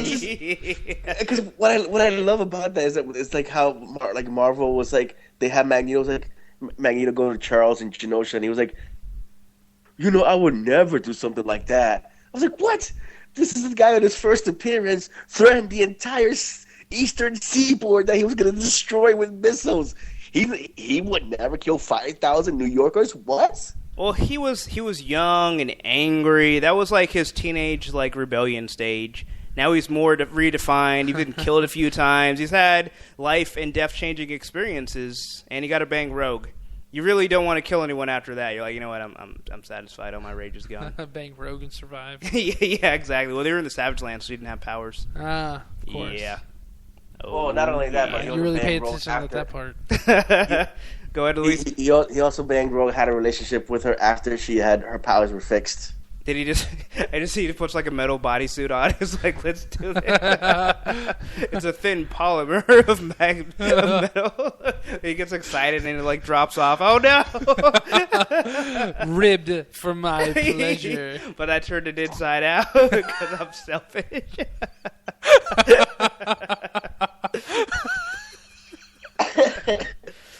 Rogue, we must use protection. You know what they say with people with cold metal? Alcohol. But no, actually, the reason why I remember that issue specifically, because I think it was in middle school when I first started looking at X-Men comics, and my friend Patrick had that issue, and it's just like Rogue in like this tattered like freaking Tarzan clothes, and Magneto's still standing in like his full clothing, and she's like on his arm, and he's just standing there all triumphantly like, yeah, I'm the shit. I hit that last night. What was that? I said I hit that last night. Yeah, no, right. He's like, I got a whole Savage Land and Rogue on my shoulder, and in the background you just see Gambit just crying into his cards. Mon ami, I need my ace of spades. You sound like Storm. Wind, deliver us from Gambit's sadness. Your Storm and Gambit us over sound the there. same. Now I'm wondering if Gambit is cross. Is he cross-dressing? If he's cross-dressing, that's Sometimes. He's already, according to Nadia Sonica, he's already dressed all feminine, so he might as well go all the way. I remember that. That was hilarious. I was like, he kind of is dressed a little feminine. Like like that hot pink shirt. Yeah, he's got the hot pink shirt, and then he has like even on his pants, he has like a little. Real men wear pink. He's got knee pads. I think she even referenced like the coat, his coat being more like of a feminine nature. Yeah. Hey, that's how he charms a lady. She was like, I already have a lot of these things, so it's going to be easy. Hey, nothing charms a lady like a lady. I just learned that today, but that's for another podcast. So anyway, so one of the co-writers who really hasn't gotten much play with Guardians of the Galaxy, everyone's saying, was it James Gunn that wrote it, or was it directed? Okay, well, whoever he co-wrote and directed it. Okay, he co-wrote. Okay, so the other co-writer was Nicole Perlman. And yeah, so she co-wrote Guardians of the Galaxy, and apparently she also has written a Black Widow script. However, Marvel has said that they quote-unquote have a lot on their plate. So apparently they've had too much of a Groot buffet, and their stomachs are full and hurt, and they're not yet ready for a Black Widow movie. But I do think I don't know, I think it's still promising. Like, this is from the Mary Sue, and they're kind of upset that like Marvel has like 4 years of movies planned, and not one of them is Black Widow. But the fact that Nicole Perlman actually went through the trouble of actually penning a script, and of course her being the co-writer in Guardians, shows that she's obviously a very capable, screenwriter. So, I mean, if it does surface, I think that, we're going to have something good with that. So, I don't know. Oh, wow. Okay, never mind. This is so apparently she says, she wrote a treatment for Black Widow in 2010, 2011. Wow. So, never mind. I guess it won't happen. She says, but they're not actually developing it right now. Well, a lot's changed since then, so who knows what adjustment the script might need. Well, yeah, that's the thing. But it's just the fact that, like, the last time they talked to Kevin Fergalicious about it, he's like, well, you know, we're juggling a lot of franchises right now, and there really isn't room to throw in a new one just yet. So, I don't know. I see where they're coming from because they're trying to maintain the continuity of the cinematic universe. Mm-hmm. But at the same time, it's like, who was really clamoring for Ant-Man versus who was clamoring for Black Widow? Yeah, I still don't understand. Like everyone's like, "Oh my God, it's Ant-Man!" And Edgar Wright. I still maintain Edgar Wright's 2 for 4. Hey, 2 for 4. Hey, 3 for 4. Yeah. Even still, I don't know. Wait, hold on. Okay. He is not the most exciting director with only like 4 movies under his belt. But you have to think he has the cult following of the Blood and Ice Cream trilogy. Well, that's just it. Cult following. Yeah, exactly. Which means like a hardcore fan base of like a small hardcore fan base. But those are the people that are like, "Oh my God, he's making a Marvel movie." Yeah. Even still, like him leaving, people act like it was like A-Rod leaving the Yankees or something, you know? Should have shot A-Rod. If only. The difference is Edgar Wright does not juice, all right? Yeah. He is 100% natural. He has not tested positive for testosterone replacement therapy. Mm-hmm. All his movies are grade A natural. Yeah, okay. Right. Jay, I understand where you're coming from, but apply that with Guardians and James Gunn. Who was clamoring like, "Oh my God, James Gunn? Yeah!" Nobody was like doing that. Like, nobody was James either. Gunn, yeah, true, but James Gunn doesn't have the cult following that Prometheus gives. Right, he doesn't, which means he has less than Edgar. So with Edgar having more, he could that's just like more in the pro department. Yeah, I see where Luis is coming from. Where it's like, James Gunn didn't really have a following. He does now, but pre-Guardians, he didn't have a following at all. But neither did Guardians. Yeah, I know. So there wasn't a whole lot of expectation. But with Edgar Wright, he has really a whole that much of a following either. Yeah, with Edgar Wright, he had a whole fan base coming with him, though. He's Verizon Wireless Network. He's like, he's got the whole city behind him. True. It might be a small city. I guess even with him there, I don't understand like the Ant-Man hype. I don't think just him alone could justify it, because then they started like, oh, Michael Douglas, and then what's the other guy? Paul Rudd. I'm like, really? Yeah, Paul once I announced Rudd? Paul Rudd, I was like, this guy makes fun of nerds in most of his movies, and then you want to put him as a nerd character? Well, on the moon, nerds are spanked with moon rocks. Well, in his defense, it's not the thing. It's just like, roles he plays. Or maybe that's what's in his heart. Well, Carrie Fig says Hank Pym is one of his favorite superheroes, and he doesn't care for this film at all. He does not care for Scott. I don't. Yeah, when people were like, "Oh," and then Edgar Wright himself posted that picture of that old timey actor. I always forget his name, but it was an allusion to how he felt. Oh, Buster Keaton, I think that's who it was. When he had signed on to some company and he lost all creative rights to do anything, and he was miserable for like the rest of his life because like he pretty much had no career now. And that's pretty much it. So he posted a picture of him with Photoshop eating a Cornetto ice cream, because Cornetto trilogy. Yeah. And so he left because he felt like he was getting robbed of all creative control. Yeah. But then when you see something like Guardians come out, it's just like, why did you really leave? How much creative control were you really trying to ask? Because when you're doing that big of a movie, when you're doing a movie for that big of a company who's pretty much been on a roll for the past few films, Iron Man 3 aside. Yeah. But see, let's see, but that's his case. Is that he was right. Because even though we have a lot of these great Marvel movies, Marvel really is a lot of times putting their foot in where they shouldn't. Because to me, I understand, this is Marvel's things, so obviously they're gonna have a say. But when you hire somebody for a job, let them do their job. Because it's like what they do with James Gunn. They hired him, they let him do this job. We got what we got. They didn't really interfere.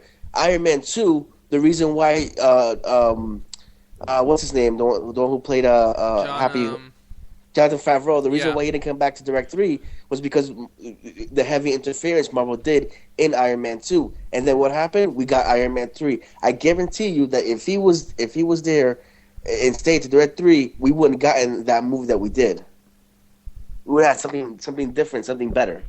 Even though I enjoyed it, it would have been a lot better if Favreau still stayed as director and as the lead like story writer.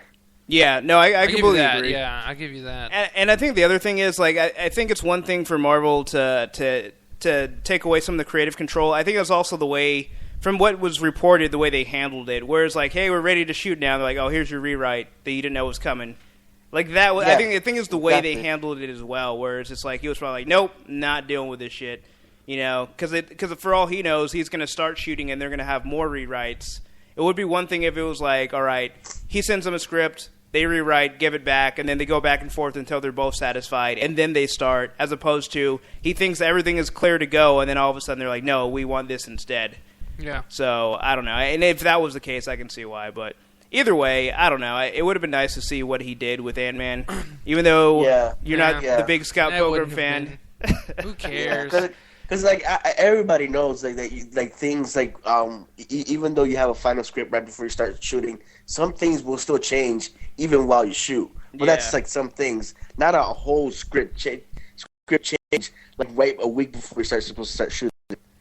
I feel like he probably had a scene in there where like Hank Pym like shrinks some ice cream, and they're like, no, we can't have that in there as a reference to your movie. Sorry, and he's like, I'm not doing this then. My creative control, bro. I'm out of here.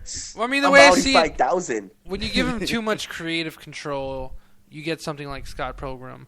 While it speaks to the hardcore base of fans, it didn't appeal to general audiences. And for all the money that actually went into that movie, it made like, I don't even know if a third after its opening weekend, or even after the next couple of months. I remember it grossing like less than $20 million, and a lot of money went into that movie, more than 50, I'm sure. Well, and when you can't even gross that much, I think that's a case where giving too much control is a bad thing, because you're alienating general audience to appeal to a very small fan base that's not going to recoup all that money that you've just spent on it. Yeah, so I guess that's where I'm coming from. Is like Edgar Wright wants that same liberal freedom to do the same thing, to get all this money to make another movie that has, I'm going to say, a 35% chance of doubling its efforts. Okay, you lost me on the last part. I completely disagree with that. Okay, with the part where Carrie pops in there and said that Scott Pilgrim does also have a small fan base. Well, that's what I'm saying. But with Ant-Man, okay, sir, Ant-Man doesn't have a huge fan base, but it's part of the Marvel machine. Like, it's going to do box office draw just on that. Nah, I don't think so. Okay, well, name one Marvel movie that has not done well. Incredible Hulk. Yeah, that was before Iron Man 3. And Iron Man 3 did did solely well only because of the success of Iron Man 1 and 2 and coming off the heels of Avengers. If you had Iron Man 3 pre-Avengers, it wouldn't have done nearly as much. The Marvel hype machine, as previously stated. Well, now it's in doubt because Iron Man 3, people found out, wasn't as good. Thor 2 underwhelmed, and it's only because of Captain America 3 and now Guardians that are slowly restoring the Marvel hype machine. No, I agree, but I'm saying Ant-Man's going to come out after Avengers 2. So it's gonna do good because of, unless Avengers 2 is garbage, Ant-Man, people are going to flock to see it anyway. The same I don't think just thinking of Ant-Man is going to have that kind of draw. Just when you hear Ant-Man, it's just like, yeah, okay, sure, why not? Yeah. If you just hear about it, I understand it, but at the same time, it's like, when you see things and you start, knowing more of the movie, what's going on, like that also applies. Like, okay, you know what? Let's go see this. I mean, it's Marvel, so it's Marvel. It looks good. Let's go check it out. It would still. I get it. Like, really well. I get it, but I don't agree. I don't think it's going to have that mass appeal. I think Ant-Man's going to be like that one movie. You're just like, well, give me not like. I think that's going to be the one movie where Marvel's going to have to go the extra mile and not just ride on the hype.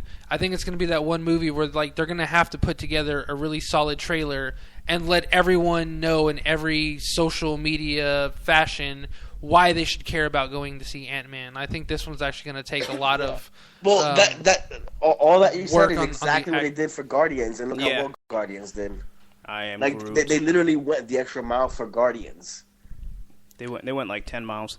All I know is true, but Guardians has something that none of the other Marvel movies has, and something that I don't even think Ant-Man can replicate. Which it's got style, it's got pizzazz, it's just got fun written all over it. When you think of Ant-Man, or if you even think of Ant-Man in the comics, he's not like a fun and stylish and like admirable character. But that doesn't mean that he it's can't kind be, of though. boring when you really think about it. Ant-Man you have. Well, that's why they wanted Edgar Wright to make it a fun, Hot Fuzz style movie.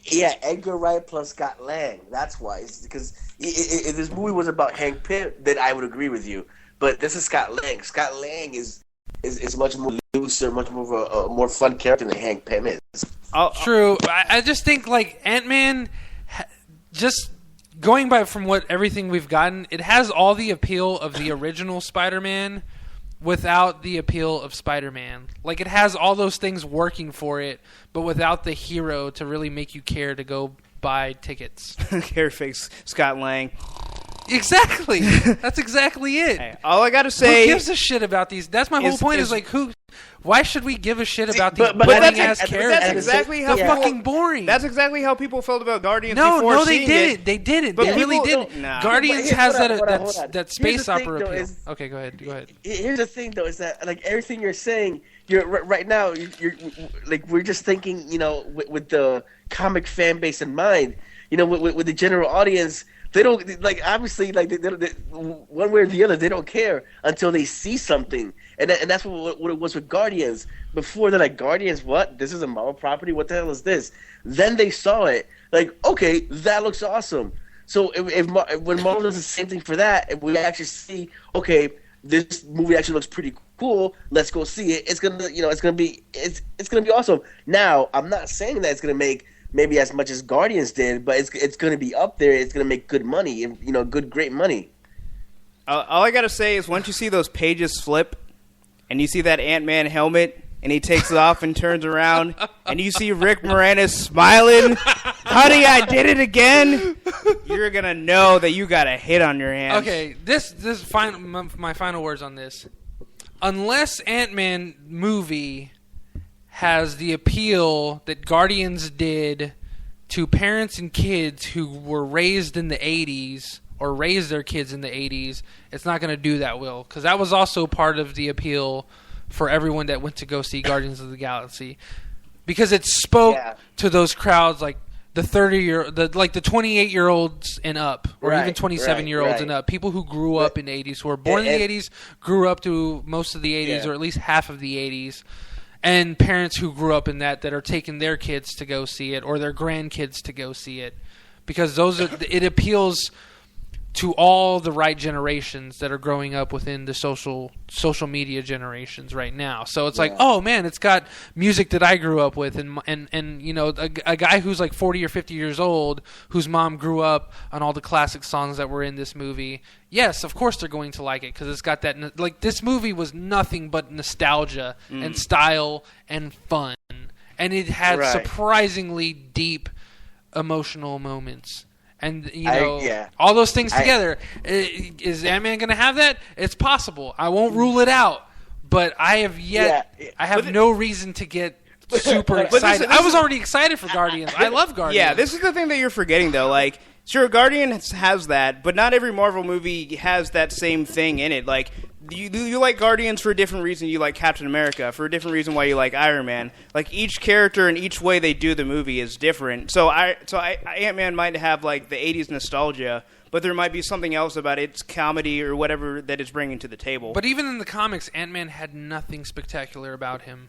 He was just a dude who made suits. Right, but see, you were already judging the movie based on, like almost writing it off because of the movie. But remember, like, what's happening in the Marvel movies is not carbon copy of the comics, completely. There are some changes, and the changes for the better. That said, another point I just wanted to add real quick is that while yes, I agree everything you said about Guardians in the 80s and nostalgia and all that factor.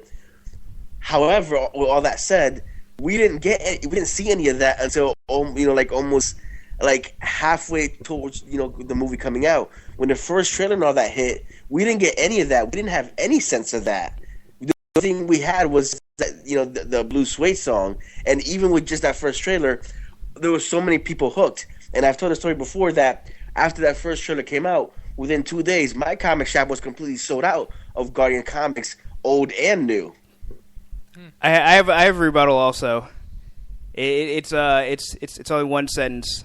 The Trial of Jean Grey. If you base Guardians of the Galaxy off of those issues, you would not be excited for it. Well, no, but Exactly. There'd be too much that needs to be established. Exactly, sir. Shut up. That's not a real fucking That argument. is a real point. You hated those issues. You read this and you're like, this is the worst of the series. They're pretty horrible. If those were the only issues you read, if that was your only impression of Guardians, you'd be like, this movie's going to be garbage. So maybe they haven't done Ant-Man justice in the comics, but that doesn't mean they'll be like, okay, here's things about Ant-Man that are good. I mean, there's a reason why Ant-Man, like of all characters in the Marvel Universe they have on their contract, they're going to give him his own movie. There's a reason why they picked him. Like, I don't know. Like, as much as Iron Man 3 had shattered my faith, Winter Soldier and Guardians has restored it. I'm like, they know what they're doing. I give them... And Ant-Man's just going to completely... It probably will. But deconstruct it all over again. I don't know. I don't have a whole lot of faith for this movie. Well, before and after Edgar Wright. Well, hopefully I will have Infinity Stone and I'll be able to restore my faith after it explodes all over the collector. We'll see. And then Howard the fucking Duck will talk. And I'll be mad all over again. So, speaking of Guardians, so the rumor mill is abuzz again, and Vin Diesel is in the middle of it yet again. And so he said, Vin and Marvel, you made it happen, or you all made it happen. I get the strange feeling that Marvel thinks I'm inhuman. So but what does it mean? Yeah. Well, he's saying that he might. Maybe they're thinking he's going to be one of the Inhumans. And it's speculated he might play Black Bolt. Black Bolt. Which I love that somebody made an article was like, what, this guy just hates to talk? I am Diesel. Hey, when you're good at one thing, sometimes you got to go the Ethan Hunt yeah, route. what works, for works. free. Ethan Hawke route. But yeah, I don't know. I mean, he has the physique of Black Bolt, bulging muscles, and yeah, it's a lot of like heroes. He's got the same vocabulary, not speaking, and I think not only that, but I think Vin Diesel also has the he can pull, because like with Black Bolt, this is a 100% visual character. You need to see him to understand him, and I am completely on board with Vin Diesel if he was to play Black Bolt, because I think he could pull off like all the facial like emotion he would need to use to convey everything that he's thinking. I think people don't realize that there's a lot more to Vin Diesel than just like that stoic, that Fast and the Furious, that I Am Groot kind of character. I mean, if you've ever seen Find Me Guilty, he's got more than just two emotions. I don't know. I did see. I think it was A Man Apart, which is just sad and less sad. Did you ever see it? I never saw A Man Apart. So garbage. I haven't seen either of those movies. Well, that must have come out afterwards, because that was like one of those movies. That was one of the first ones where he was supposed to like actually show that he had range, and he showed instead that he had no range. Just Fast and the Furious with dead family. I think my family's dead. What was the name of the movie again? Find Me Guilty? Yeah, Find Me Guilty. Okay, so that came out 3 years later. So yeah, oh god, this is funny. Okay, so he did A Man Apart, and then that's when he did The Chronicles of Riddick was afterwards. So then it's like, all right, that's when he, people hated that movie. But and then after that he did The Pacifier, and then I guess maybe after that he was like, I owe society something, and then he did Find Me Guilty. So maybe he was just like, all right, I'm going to go to acting school for a whole year, and I'm going to make this movie and hopefully redeem myself. And then he made Tokyo Drift. But he was only in like 5 seconds of that movie. Yeah. You won by a mile or a minute. Yeah, winning is winning. Geek Snuff said Boiler Room. I haven't seen that one either. I haven't seen a lot of his catalog. I did play some of the Chronicles of Riddick video game. Oh my god, they're making another XXX movie. The return of Xander. They are? The return of Xander Cage. Oh wow. I remember Triple X State of the Wow, Union with seriously? Ice With Cube. Ice Cube. Yeah. That movie was so horrible. The best part, It was like Friday in the snow. the best part of it is just the fact of you have Vin Diesel, you have the muscled up dude with like the deep voice, and you're like, all right, Vin Diesel is doing his own franchise. He doesn't want to come back. Who are we going to get to replace him? They're like, well, what about The Rock? No, he's tied up with his Disney contract. What about Arnold? No, he's the governor. Sly? Yeah. They nod their head. Yeah, exactly. Van Damme, we haven't seen him in years. Yeah. They're like, well, Sweden. and then like 2 days later, Ice Cube. They're like, can we just break for lunch? Yeah, just fucking get this guy. I thought I had that. Then I heard the cube. I was like, damn, I lost the role. yeah, no, right? Yeah, they had called you, but it went straight to voicemail. So, yeah, Ice Cube got it. But yeah, it was just like, really? How do you follow up Vin Diesel with Ice Cube? And I don't even like dislike Ice Cube as an actor. Like he's good when he plays himself, pretty much. Yeah. But it's just like, really? Like Ice Cube is following up Vin Diesel? I don't know. It's amusing to me. But Xander Cage is coming back, y'all.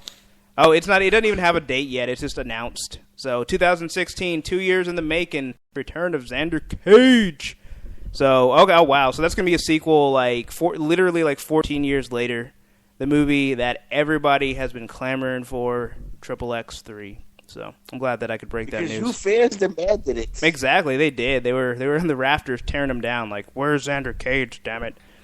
So speaking of coming back, supposedly the Young Justice crew are coming back to television for one time only, and probably you can thank Teen Titans Go. So I didn't actually read this article ahead of time. Big surprise there. But they said, Oh, that's right. There was some announcement at San Diego, but I never did find that one. yeah, they said, well, they couldn't reveal too much just yet. They did get an official logline description of the episode, and it sounds like they're directly addressing the considerable difference in tone between the two series.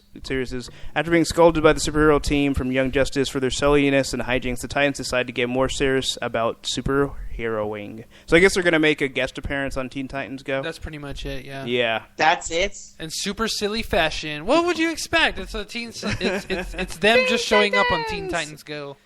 Yeah. I was hoping for Cartoon Network somebody to go, listen, everybody, we apologize for taking it off air. We were drunk. We were embarrassed. It was a one-night stand. We're bringing the show back. I was hoping for an Aqualad miniseries. That would be great. Anybody? Shut up, Aqualad? man. Shut up. Aqualad? Come on, y'all. Go Even that home, would have you're been more drunk. acceptable. No love for Aqualad. I Terrible. like Aqualad. He's cool. I just like his name because, like, the whole time it's like I recognized all the other characters, and then I saw him, and I was just like, I wonder what his name's gonna be, like Aqua Dude or Aqua Kid, and Aquabro. they're like, yeah, Aqua Bro is what I was hoping for, like Aqualad, and I'm like, Aquavelva. Aquamarine. But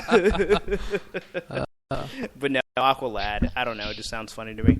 And I kind of feel like the Green Arrow sidekick should be like Lad, like His Arrow. name's Speedy. I still don't get the Speedy.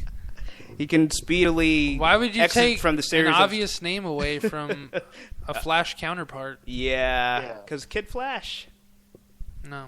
I don't know, but yeah, I don't know. It's Warner Brothers. That's all I gotta do know. like how I made fun of that though, like on the episode. Like, what? But that's what the other guy should be. I don't get any of this. That was Like like Speedy was like, I don't want to join your stupid team. yeah, he was only in like one episode, and then when they learn how to be a team, they come back and they're like, hey, you want to join us now? Like, no, screw you guys. Still, Yeah. I don't know. I don't hang out with kids. It's like, you're all the same age, you Yeah. little twat. I wouldn't want him on the team anyways. I would have offered him the first time, whatever smart-ass excuse he gave me. I was like, I hope you die tomorrow. Well, considering you already have like your own Superman, do you really need him? You don't. You have Superman clone, and you got Robin's no Batman, but I mean, you got the next best thing. He's Batman Light. Yeah, exactly. You got Batman Light. Do you really need Speedy? No. I mean, you got Miss Martian. No. Come on. That's all you need. You got Aqualad. Aqualad. He's got You got the Speedy. He's got the Dennis Rodman hairdo and the Oh, gills. that's the one thing I hate the most. It's like, you just have to find a way to white this character up any way you can, can't you? Oh man, I didn't even think of that. Yeah. Oh, Dennis Rodman. Thanks a lot. Now that's gonna be in my head now. I just don't get what is up. It's like, why can't he just have dark hair? What is so scary about a tall black man that you have Everything? to yeah. you have to bleach his hair. Everything. They have to make him look less dangerous. First of all, he's got They freaking give him blue eyes for crying out loud. I've never seen a black person with like natural blue eyes. I'm not saying that it can't happen, but have beautiful green eyes. Like, why couldn't you just give him like green eyes? I have seen black people with blue eyes. Dark hair. Well, maybe he's supposed to be biracial. Maybe Aquaman's his dad, and his mom was some Earth dweller that he banged when he came ashore. Maybe. So that could be it. But then there's the whole appeal of the So you're just describing Namor now. What was that, Luis? So you're pretty much describing Namor. yeah. No, my God, dude. That would be Hey, great. we didn't mention anything about foot wings. Dude, I would love. Okay. So this is my ambition now. I want to get to Marvel, and I want to write a Namor miniseries. But it's not even going to be about Namor. It's going to be about all of Namor's bastard children around the world, and they all find out that he's their father, and they're just like beating the shit out of him to get child It's like support. a coalition of nations. Yeah, basically. And then it's like him on a mission to kill them all, because now like every country has a everyone has a hand into the kingdom of Atlantis. Oh yeah, better yet, yeah, like they're all heirs to the kingdom, and so they all want to take it. So he's like, no, I need to kill these bastards so that they won't try and take my throne. Yeah, and, World War Namor. Yeah, and each one has like different powers since they're from like different people. Yeah, and maybe some will actually be like mutants and have like an optic blast in the water or something. Yeah, and he has to fight his way through. And in the meantime, in this crazy battle, he goes and bangs Sue Storm a few times, and then goes back to killing him. Yeah. I don't know. That's my dream. By the way, that's copyrighted. No one can take that, especially you, Marvel. And then Franklin Storm. Oh God, Franklin kills or not Storm. Richards. Sue Storm. Franklin Richards. Yeah. Yeah. I never understood why they had different last names, even though they were married. Because you could remember that she was sisters by Johnny Storm. Oh, right. That way, when the movie comes out, so Franklin comes mad that Namor banged his mom and ruined their parents' marriage, and kills him. And because he's so super powerful, just takes over Atlantis. Boom. End of movie. I don't know. I would like ends just exact same way as what's that movie with shit. I don't know. I would have the clapping guy, the Citizen Kane. Citizen Kane. He has like the whole Earth in a snow globe, and he drops it. Yeah. So he just Sue Storm and drops Sue Storm. What does it mean? Yeah. I don't know. At the end, it would have. It was a wagon he banged. At the end, you'd have Franklin Richards, and he'd say, "No more Namors." Hey, I win. And then they'll just disappear. Geek Snob, Namor, the child support series. I don't know. I'm gonna make it happen. It'd be like a series of court cases, like on Judge Judy and stuff. Like, you're here again, Mr. Namor. I assume I'm half of Atlantis this time. Yes, Your Honor. I don't know. I think it would be pretty hilarious. I think for me though, like, I don't know. Like, even if I had to like make up like a Namor ripoff, like I want to write that story. I think it'd be epic. So stay tuned, folks. Ronam. Ronam. Yeah, that too. Yeah, you go just write it right now. Namor backwards. Yes. It'd be like, hey, this is from the first play in the Punching the Walls of Reality Theater. Well, I still gotta make World War Shia, so maybe that'll be the next thing that I do. But so for those of you who watched Sherlock, anybody? Right here. You're funny. I never seen it, but I heard it's good. But apparently they're trying to get. Sherlock here. What's that? Yes, you are the only one. You all suck. I haven't gotten around to watching it yet, but I do plan to. I do hear that it's really good, but it is really, it's amazing. But basically, there's rumors that one Loki, aka Tom Hiddleston, is in talks to become the third Holmes brother. What do you think of that? What? They're making up a third one? I guess. I thought there was only offer the role to Tom Hiddleston. I thought there was only one Sherlock Holmes. I didn't know that there would be another brother. But apparently, there's two. There's Sherlock and there's Mycroft. They're brothers. Oh, and they're happy. There's never been a third one. Oh well, I guess. Oh God, this is the third. This is the Summers Brothers all over again. But it's Tom Hiddleston, possibly. What do you think about that? Well, no, if he's in there, if he becomes part of the show, that'd be pretty cool. But I don't know. It seems kind of weird just to make up a third one. Hey, unless maybe unless it's part of like the a whole charade of the story. if Marvel like, can do it, there's a third one, but not really. all I know is if Marvel can do it. Hey, they just add Summer's families and brothers and parents, out of the woodworks. I don't know. I haven't seen it, so I don't know how well he would blend in there. But I don't know. Tom Hiddleston is fantastic. Just see more of him in anything, I think would be great. But yeah, just to make up a character for him would be kind of ridiculous. But to have him as part of the series, I think would be really cool. So I don't know. Go ahead, Luis. I can really hear you. So regardless of who he would play, him just being in the show would be awesome. But I don't know, just to make up a third brother, even though there's never been a third Holmes, would be weird. Yeah, I don't know. I mean, obviously it's a rumor, so I'm sure whatever is actually going to happen. It's I think it's unless it's part of the story. Like, hey, there's a third brother here, but obviously it turns out that it's all a lie to get closer to Sherlock or whatever. But I don't know. Yeah, just if there was really one, that's very bizarre. Yeah, I don't know. But yeah, I think it probably will be the third brother syndrome. So maybe he's just like he's going to come back and try and destroy the universe, and it's not going to make any sense in the context of Sherlock at all. So that's what I'm predicting.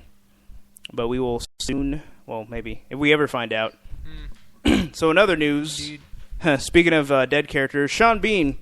So I didn't read through this whole thing, but apparently he did one of those Ask Me Anythings. I guess in anticipation for his new show, Legendary. Yeah, Legends. Yeah, Legends. Yeah, that starts this Wednesday on TNT. Ooh, I'm gonna have to check that out. He is kind of a legend because I mean he can't be killed. Your face is kind of a legend. And he turns into a wolf into battle. Oh, but that's pretty sexy. Yeah, it is. It's quite sexy actually. The fur is very nice this time of year. But so this is more like Game of Thrones related. Surprise, surprise. But what was it now? One of the questions. So for those who watch Game of Thrones, there's the whole meme from the show with like Jon Snow, and they're like, nothing, Jon Snow. So they asked. So his character was supposed to be Jon Snow's father, and this is like in semi-spoilers territory, but it's more of a theory, so it's technically not a spoiler.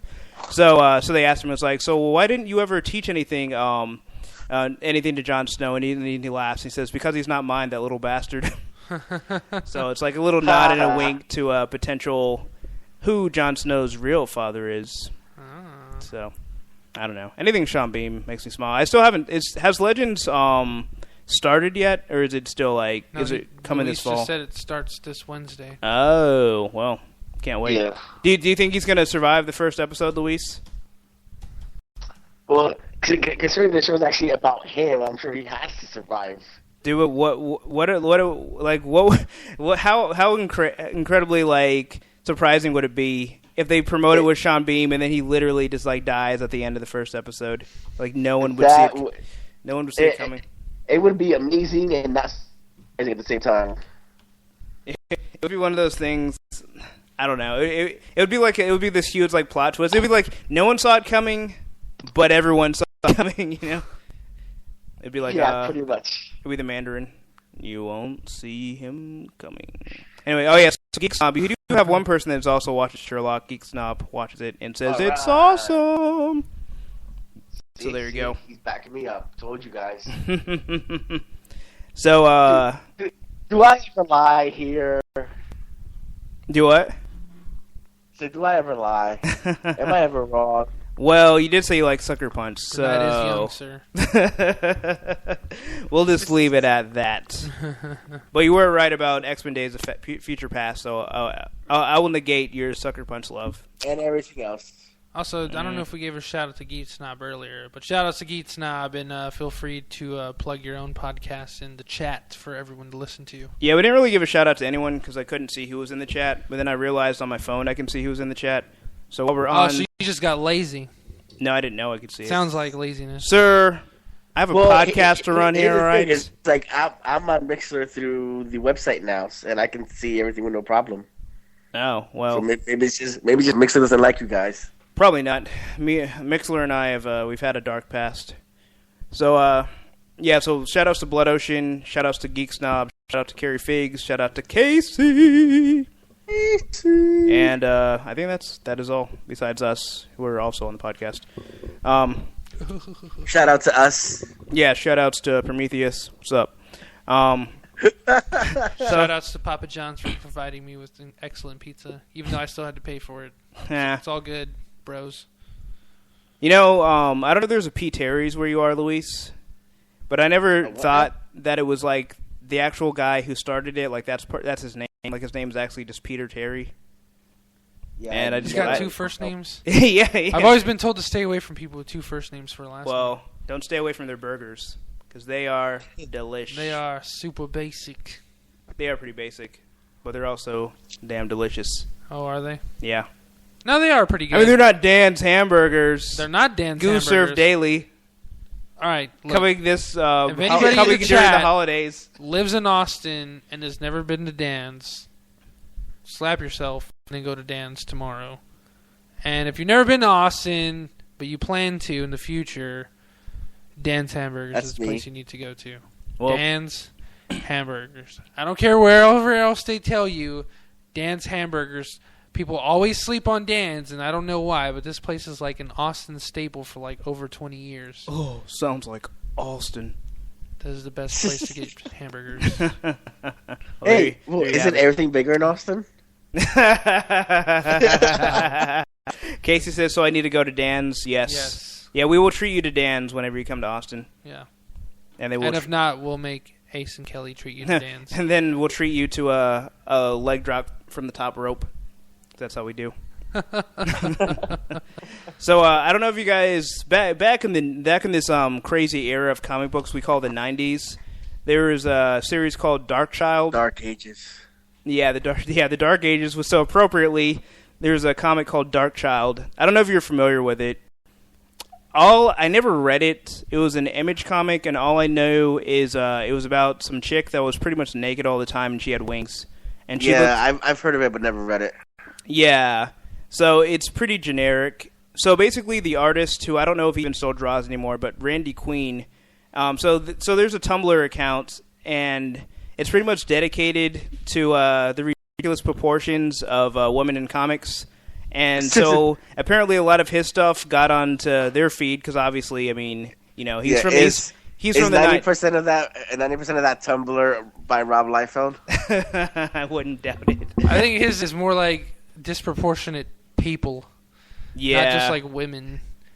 And the majority of his is like all dudes, anyways. But yeah. Well, this Tumblr is specifically women. I'm Yeah, sure. yeah. I'm sure Liefeld has to make an appearance because, yeah, his woman. I don't know. His I brother. think Liefeld's art's too novel to really like critique. It's like, well, he was just like not that great. But no, never mind. Nope, found one already.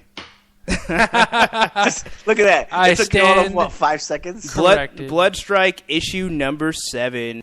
Blood Strike.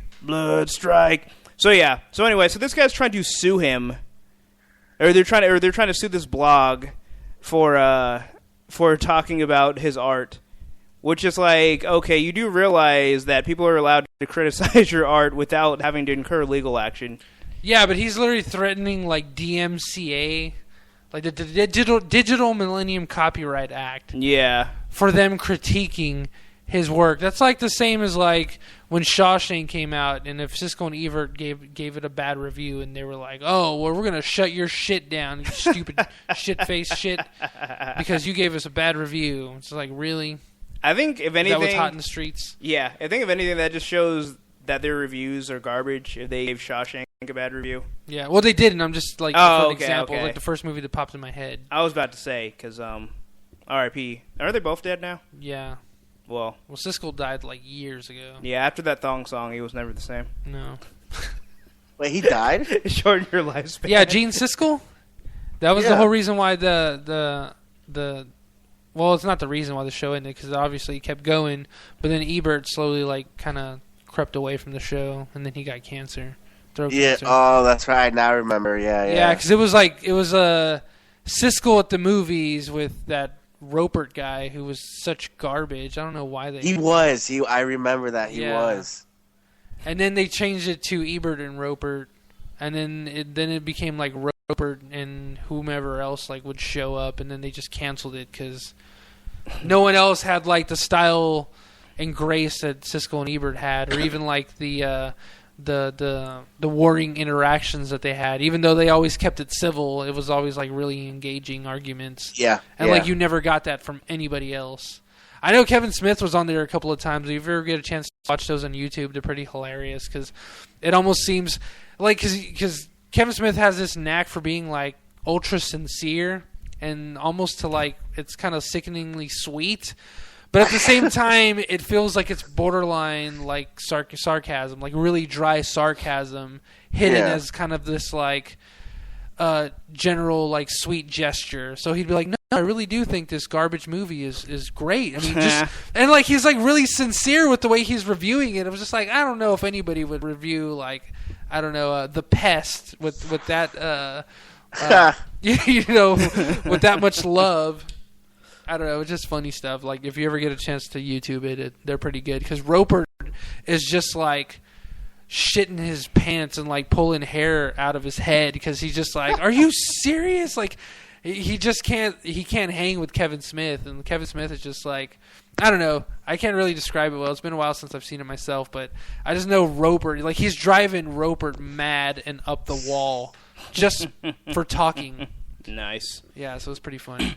Dude, I'm going through this Escher Girl blog, and I swear it's like a time capsule of the 90s. Yeah. It's like, especially like the comics, like all like the kind of like sex type comics, like Chaos, like pretty much their entire imprint, and just like various like Image comics, and a few Marvel ones in there. J. Scott Campbell, oh man, just the who's who of 90s. It's something lovely, and also terrible, but also lovely. And what was this guy's name? That was I'm not threatening you. I'm Randy Queen. Butt. Yeah, Randy Queen. Yeah, maybe he got his throne taken. Oh. I don't know. It's just funny. It's just like you can't sue people for that. It's ridiculous. Yeah. What? It's the First Amendment. Yeah. What saddens me is that they actually took a lot of the stuff down, and I feel that it's like, well, it's sad that you've been bullied because maybe they don't have the money in case, you know, because obviously the scare tactics are working to an extent.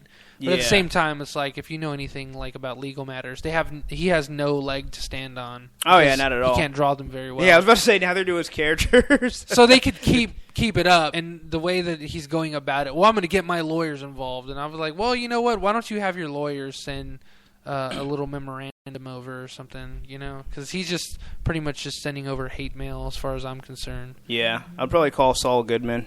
Yep. Have him defend me. It's all good, man. Because it's all good, man. Oh, well, they even have, like, Counter-Strike models. I didn't even know they had, like, female Counter-Strike people. They did? And I also didn't know they even had so. Counter-Strike 2. Well, the scientists, some of the scientists were female, but they all looked the same. These are not scientists, sir. These ladies are ready for some action. I mean, there's Alex from Half-Life 2, but... You know what the best part is? Okay, so they have, like, the chick, and, like, one of them at least is wearing, like, full clothes, and she has, like, an MP5 Navy and goggles. The other one is wearing a vest with, like, no shirt under. So you could shoot her right in the heart, right in the navel, blow off her shoulders, but she does have a scarf around her neck, which I don't think deflects bullets. And that's an actual, like, choosable character? I guess so. I never knew there was a Counter-Strike 2 online. But no, it's funny. So they photoshopped it and they made it so she actually has like clothes on in their version. I don't know. It was just kind of funny. I've never seen that. Yeah, I wish I could. If Mixler, maybe it's a Gary's mod. Maybe. I don't know. I've never played the Counter-Strike. I've never played Counter-Strike 2.0. So yeah, I played Source. Yeah, Source all the way up to 1.6. Source was the bee's knees. And Global Offensive. That was a good one, even though I didn't play that one. Yeah.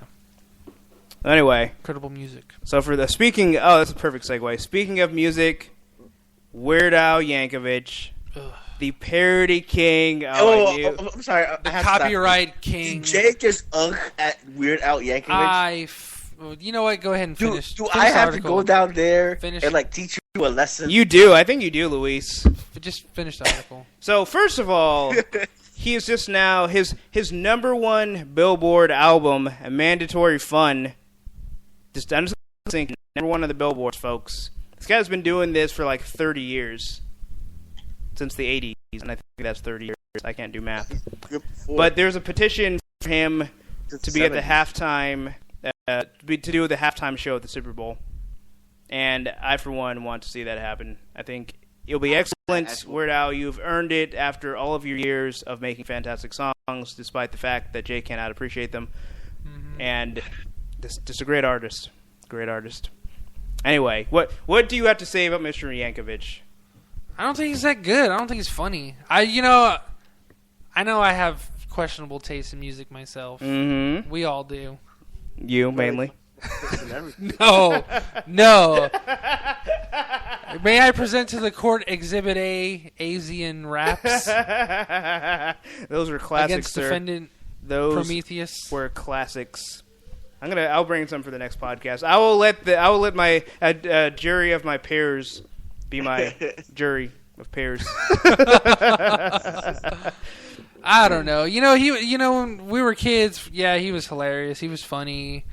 It was great. Still is. I'm fat, you know it. Blah blah blah blah blah blah blah blah. Who's fat? Whatever. I'm not done. Okay, go ahead. Papa's Enjoy.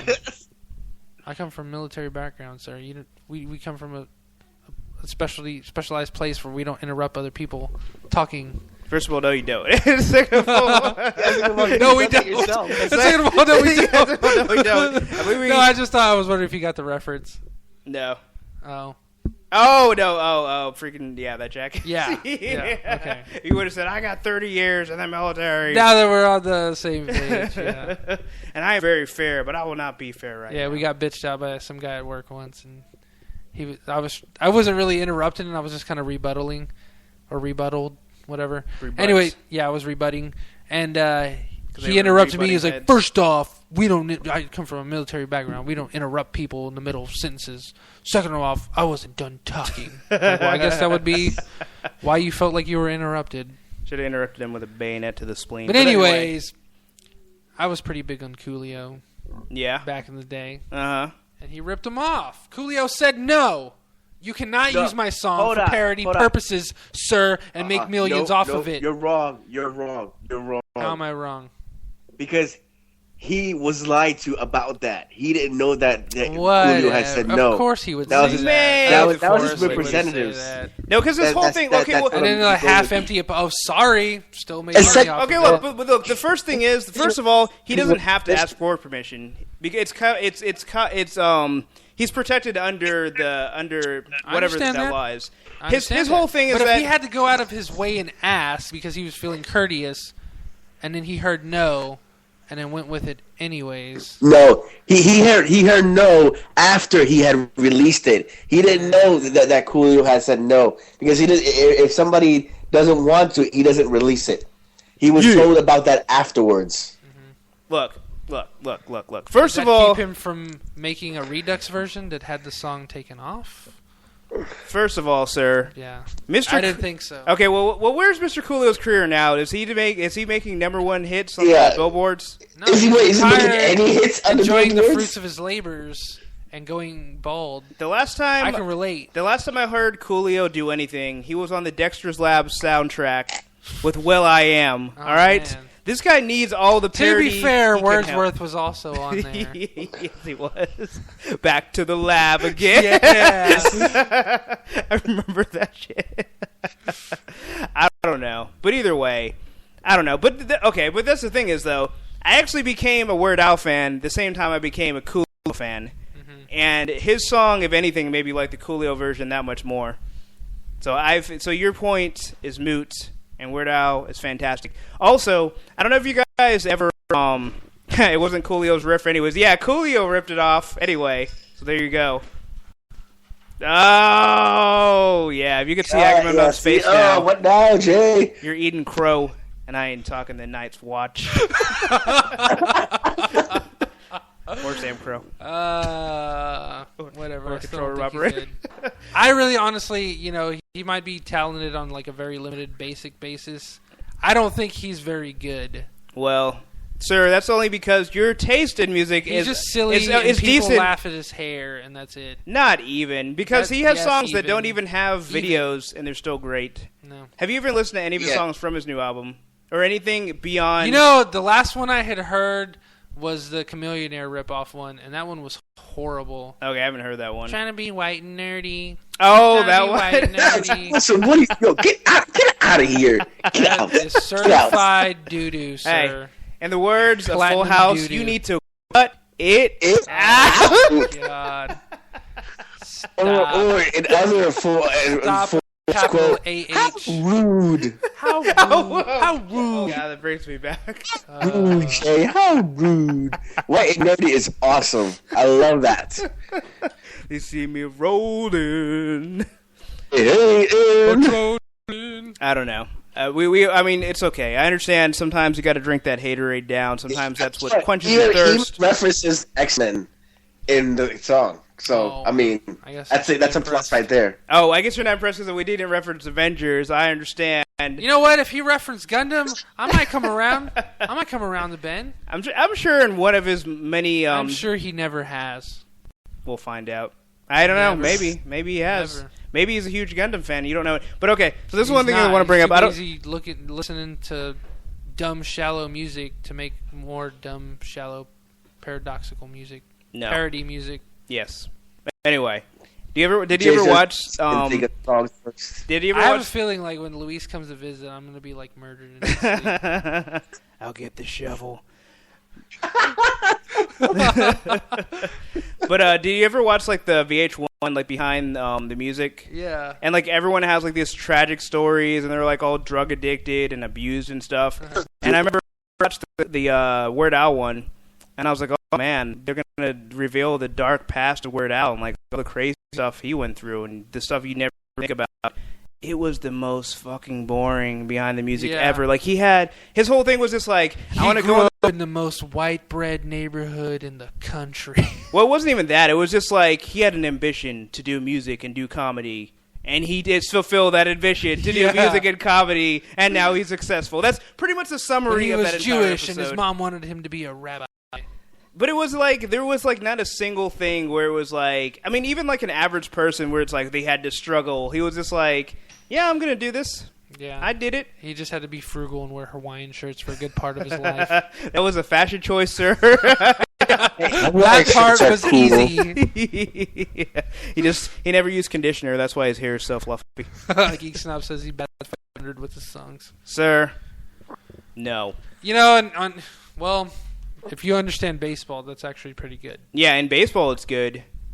Well, why would he make a baseball reference and say that 500 is a bad thing? Well, when they use it in an MMA context, batting 500 is pretty terrible. Just because MMA doesn't know how to make up its own stats. Well, it's not MMA stats. Yeah, This is George. baseball 500 is Well, then there you go. like really, really, really good. Yeah, but I mean, if you're going from like someone's win-loss record, batting 500 is pretty terrible because you lost half your fights.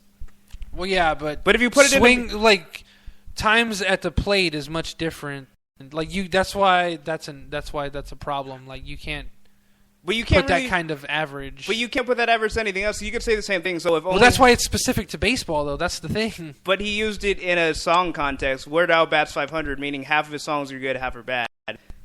So that's what I'm saying. Is that a compliment or a negative? I'm saying it sounds Okay, well, let's like a ask negative. Geek Snob to clarify. So I don't know. I'm saying, Bat 500 is pretty damn good in baseball. yeah. But I mean, I only go to the batting cage and I bat 100%. That's pretty awful. Huh? Yeah. Why you gotta wait? Why you gotta wait like that? That's one out of 10. That false dramatic pause, like you Well- don't gonna say nothing, then you put it in there. See, if Maybe you look knew- like a fool. If you knew the comedic timing of Weird Al, you would know that dramatic pause coming. No, stop. I'm gonna see if I can find my CDs and dust them off and play them for you. I got Bad Hair Day.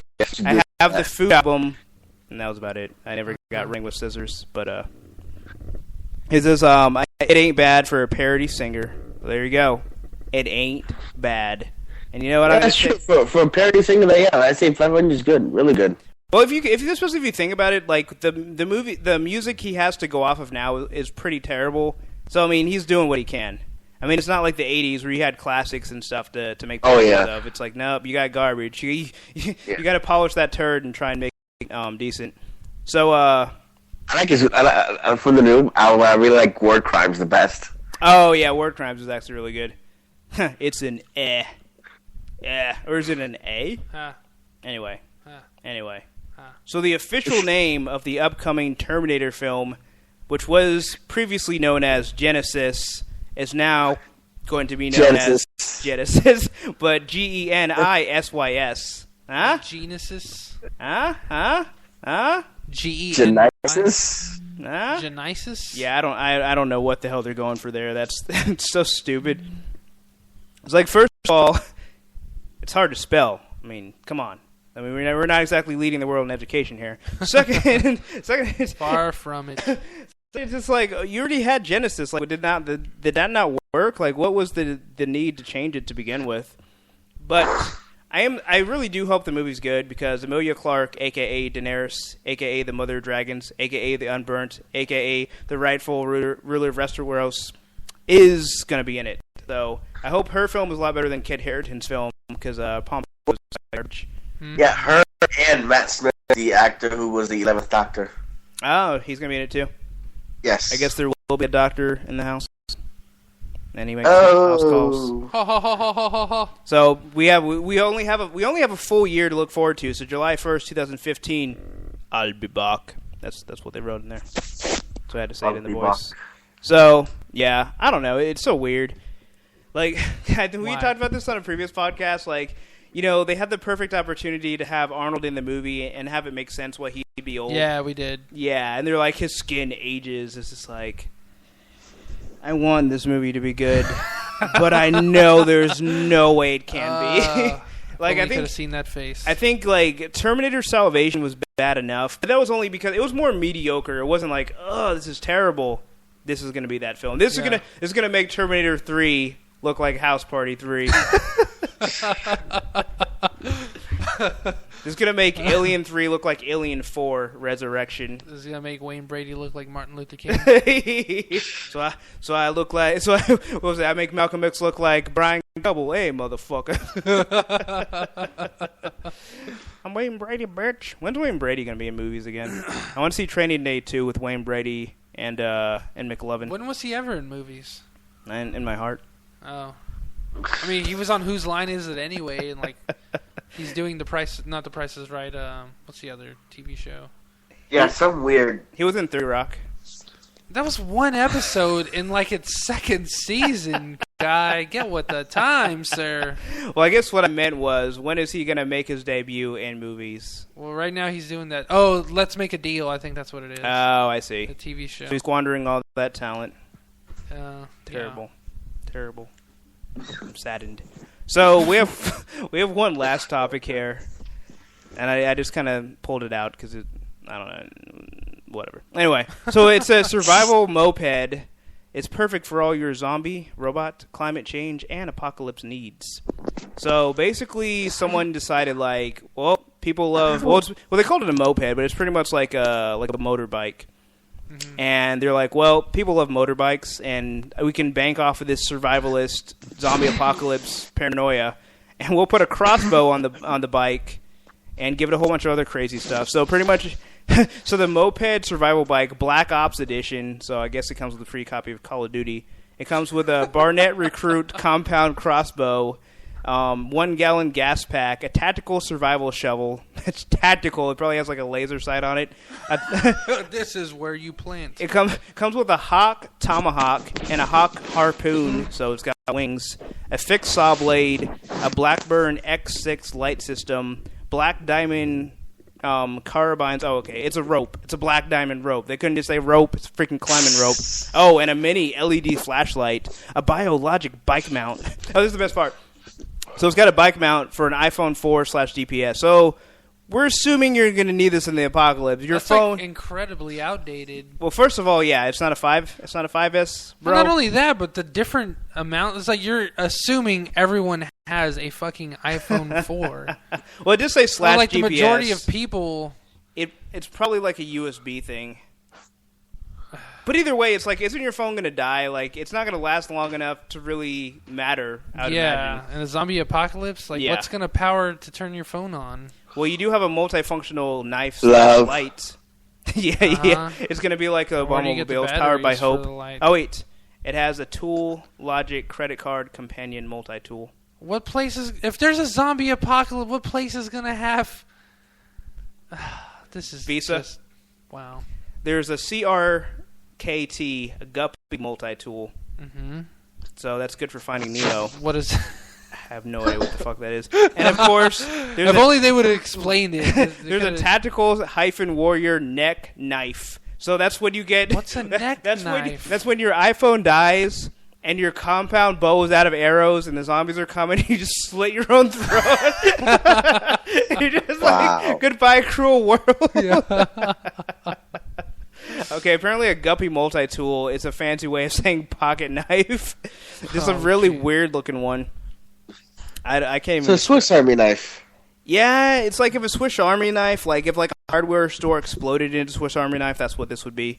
Huh. It has like a little like bike chain, like combination lock thing, and it's got a light, and it's got a screwdriver and a blade, and then like on the other side... Are you sure it's not a store itself? It's a portable Home Depot, pretty much. So, I don't know. But I kind of want this bike, I'm not going to lie. I mean, it is cool. It looks pretty badass. I just feel like it needs more, like, a little bit more, like... More combo? I think it needs, like... It just looks incredibly naked. Yeah, exactly. You want to be... When you're in the wilderness, you want to be naked. It doesn't look very fast. It's a dirt bike. Speed is key. It's a dirt bike? Yeah, it's for dirt. But it doesn't look fast. It's got a... How 100, fast does it go? It's got 100 RPM. 100 RPM. Do you even know what that means? It's got gigapower. Oh, well, then I'm sold. When do the people come by to install? Zombies hit. Well, perfect. I wish I knew how much it was. It doesn't say. And even when you go to the website, you go to store, there's a moped rolling chassis kit for $2,000. So I guess you only get the chassis and you got to assemble the rest of it. I don't know, but I'm imagining I'm gonna give it an estimate of like it's all up to you. Like $500 or something. Yeah, it's like the zombies are coming. You're trying to screw everything together. It's gonna be a lot more than that, especially if it comes with the bow and everything. Bow's not that expensive though. Yeah, but those little like hipster 1960 banana seat bikes. You can get those at Walmart for $300. You're really going to sit there and tell me this bike with all this snazzy gear is going to be $500? Oh, no, I meant $5,000. Oh. Sorry. I misspoke. Well, I mean, if the chassis is $2,000, I think a whole bike would probably be about $5,000. Yeah. I don't know. I think it looks kind of cool. It's got that army green. You know, you can blend in. Yeah, olive green. Yeah. That's slowly becoming my new favorite color. Ah. I like it. What about olives? They're becoming your new favorite food? No. Still pizza. What about pizza with olives? Black olives. Pizza. Well, I just privatized world peace. Fuck you, Mr. Stark. But yeah, that's the last topic. Obviously, it wasn't that exciting because I hadn't really been keeping up with topics. But I do have something very exciting for all of you tomorrow. The Comic Bubble quiz show. I think it has a more fancy title than that, Luis. Take us home. Oh, it's a long one. Even I don't have it memorized. Oh, really? You should write it on your hand. Dude, I still remember the Simpsons Japanese TV show that they were on. What was? I remember the Happy episode. Smile Super Challenge Family Wish Show. Homer was the fish bulb. Way to go, Yeah. fish bulb. And like they drop him in the lava, and it ends up being like it was like some of it like pasta sauce or something. Yeah. But for those listening, especially Casey, because I know how much we all love Kelly Nova. So Kelly and Ace will be competing against Agamemnon and myself, and two other dudes whose names I do not know. Yeah, the other two guys are the guys I've had on the show before, Peter and Ryan. Okay, yeah, and they're hilarious. If you guys haven't listened to the Comic Bubble yet, were they former members on the Ultimate Central? No. They're just like guys that are from the comic shop. Oh, okay, cool. Yeah, okay, so here it is. The title is the Comic Bubble Super Fun Time Quiz Trivia Extravaganza Special Show. Wow. There you go. That's a mouthful. Like, literally, my mouth is full of words. But, yeah, I'm looking forward to it a lot. It's going to be a lot of fun. Hopefully, we will represent for Punch in the Walls Reality, and we will kick some ass. We will kick some Nova Corps ass. But it's friendly. Casey. Damn, yes, so tomorrow, hopefully... 9:45, 8:45 Central Time, give or take some minutes. But we will definitely be doing this tomorrow night. We'll Can't be wait. there. It's gonna be fun. Will you be there? Oh, Yeah. I'm gonna be there. You gonna be there? Oh, I'll be there. But yeah, I'm looking forward to it a lot, and definitely you guys should check it out. Yes. It's gonna be. Oh yeah, we're gonna have commercials. We were sponsored. You're gonna want to hear these commercials. They're great. Yeah. And a lot of work has went into the show, and it's going to be great. So definitely check it out. Also, if you haven't checked it out yet, check out episode 22, intro, outro, quicktro of the Comic Bubble podcast, starring your very own Ice Baby. Casey says, so third night in a row of no sleep then. Good thing I have no life, so I can sleep during the day. Nice. Well, we always appreciate you in your... oh, yeah, we forgot to give the British summertime for Casey. But, yeah, we appreciate you staying up and foregoing, things like sleep and, social life and things like that. So we appreciate it. I feel it deep, deep in my heart. And so thank you, Casey, for joining us. Thank you, Geek Snob. Thank you, Blood Ocean 07. And Carrie, who has And left Care us. Figs. If it helps Casey, on average, I get about 4 to 5 hours of sleep a night. So that's part of why I sound so tired. I try not to. I try to sound more like this. Casey says it's only 4:15 a.m. That's not too bad. That's it's pretty usual night. We can't all be Kelly Nova.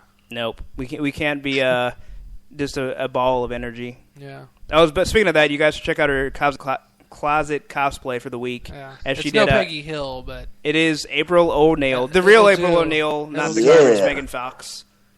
And yeah. yeah, it's gonna be on Mixler. Just go to the Comic Bubbles page. Yeah, it'll be instead of mixler.com/pitwar, it'll be mixler.com/the comic bubble. So make sure Yes. to tune in tomorrow at 9:45 Eastern time. Or, Yeah. Yeah. And Yeah, Eastern Time, 8:45 Central. Roughly around there, give or take a few minutes. Okay. Cool. But yeah, hopefully we'll actually be able to log into the chat. So if we are, and you guys are there early before we start, we can entertain you with our quips. Yeah. As always, make sure to find us on Facebook, the Punching the Walls of Reality Facebook page. You can find me on there if you want to be my friend.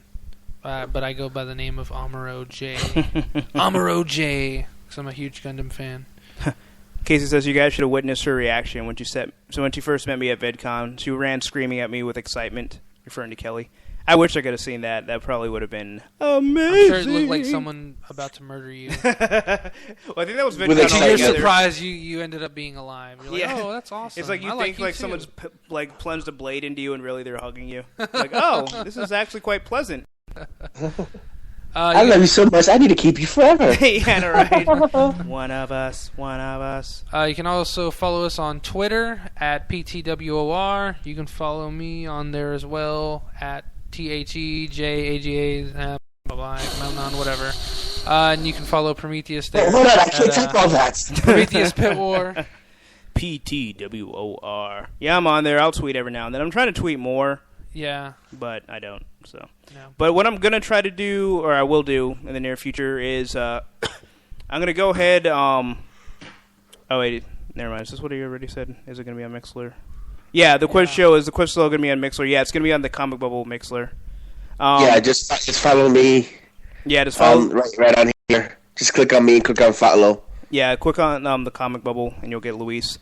I'm gonna be making a Facebook group because I feel like we'll be able to disseminate information a little bit better. Yeah, like a little chat area for everyone to check in. We won't have to booster posts like the garbage way Facebook is doing now. Yeah, and we're trying to do it so where we can because you guys are great and all, and we're just trying to find more of you guys and just make a small little community to where you can meet people from all over the world and hopefully like-minded people or even people that you might disagree with, but we'll be more objective to Like your thoughts Jay. and feelings. Yeah, Yeah. You can tell Jay how much you love Totally. Scott Pilgrim yeah, and Weird Al. totally. Yeah, but just a small little forum where people can talk about the And Second podcast Punch. and talk about current events or stuff that's going on in the media and stuff where people can post articles and just talk about it and agree and disagree and whatever. Make friends and stuff and do the whole social networking cause. Yes. hopefully it works magnificently and it helps create some traffic towards the Mixler. But generally, we just want a bigger fan base and more people to make friends with. And remember, Yes. 2020 Runaways coming from Marvel. Not really. I finally found that link to that article Luis was talking about. Wow. Because it's one where it says like Alpha Flight coming out in 2016. I was like, okay, that's cool. The second I saw Howard the Duck 2017, I'm like, hey, this is garbage. And they just have NFL Super Pro. It's like, how do people get trolled by this? Like, the second you read the first one, like, you already know it's not the case. Yeah. But Runaways, in parentheses, finally. I do love this Squadron Supreme 2, the new 53. They should totally series just for on DC. Oh, man. Anyways, are we forgetting anything else? Just tune in. Make sure you tune in to the Comic Bubble. Well, I would say every Friday, but it won't be this Friday, will it, Luis? Nope, it'll be tomorrow. All right. Well, then after this coming Friday, then the following Friday, tune into the Comic Bubble at 8. No, not even that. It'll be Saturday because that's. No, wait. I'm getting. There's so many things I'm doing this month. I have the convention this weekend that I'm covering, and then there's our 25th episode at the end of the month. There's like so many things that it's like it's my mind. It's like it's everywhere. You've become a victim to time dilation. Yes, but yeah, that's another thing. There's a convention happening in my city, the Connecticut Comic-Con, which is all weekend long. So I will be covering that as official press. Yes, that's which I am excited. Yeah, that's right. We moving on up to. So I guess it would be the east people side. that listen to us on iTunes or whatever that don't actively participate in the chat. If you're in the Connecticut area, New York area, go on down to, what is it, Connecticut Comic-Con? Yes. It's in Bridgeport, Connecticut at the Webster Bank Arena in the downtown area. Yes. CCC. So go down there, check it out, find Luis, and he'll be doing some press, interviewing some bigwigs, important people, and whatnot. And there's so much they're having. They have panels, they have costume contests, pictures with people with their costume.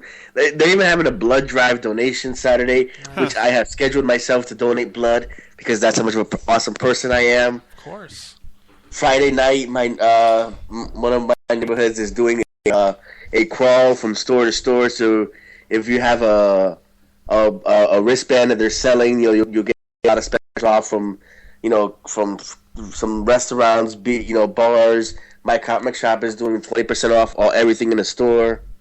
It's gonna be an awesome weekend. Very cool. Nice. Yeah, sounds fantastic. Wish we could be there, but instead, Luis will be there. So if you guys see him there, show him some love, and you know the kind. And enjoy the con. But remember, cosplay is not consent. Unless you're cosplaying as that chick from Agents of S.H.I.E.L.D., then I think you might have a go-ahead. I need to find me the Agent Simmons. What's that? Yeah, Agent Simmons. That's the one I was thinking of. Yeah. Heart. Anyway, I figured you'd appreciate that. Oh, and one last thing before I go. So Squadron Supreme, that writer I was trying to think of was J. Michael Straczynski. Yeah, JMS. Yeah, so he did the reboot Supreme Power. For the Max imprint. That's what I was trying to think. Because I was like, I know there was like an adult version of that one. And I was like, oh, okay, that's what it was. Anyway. Just for those of you that were on the edge of your seats waiting, like, hey, what was Prometheus talking about 3 hours ago? And now you can rest easy. Yeah, I think he was also part of the crossover Ultimate Power. Yeah, which was horrible. Yep. Oh, man. Wasn't that with Greg Land as the artist? Yeah. Or Greg Horn? Yeah. And the porn mouse? Yes, it was. Oh, man. Well, with that, I'm Prometheus. I'm Agamemnon. I'm Ice. And this has been Straight Outta Austin. Thank you, everybody, for tuning in. Look, there goes Dexter, and there goes Sister Dee Dee. Oh boy, wonder what they're gonna get into today. Uh-oh, back to the lab again. Oh no, back to the lab again. Messed up, back to the lab again. Not again, back to the lab again. Uh-oh, back to the lab again. Oh no, back to the lab again. We messed up, back to the lab again. Not again, back to the lab again. He's so... Uh-oh, Dexter's in the lab again. making up anything he's imagining. There goes Dee Dee, his sister. He always argues with her. She thinks she knows it all because she's older and she's bigger. Whatever Dexter wants, he just goes and creates. Robots, it doesn't matter the size or the shape. He's always doing crazy tests and making a mess. And if they don't come out correct, well, you know what happens next. Uh-oh, back to the lab again. Oh, no, back to the lab again. We messed up. Back to the lab again. Not again. Back to the lab again. Uh-oh, back to the lab again. Oh, no, back to the lab again. We messed up. Back to the lab again. Not again. Back to the lab again.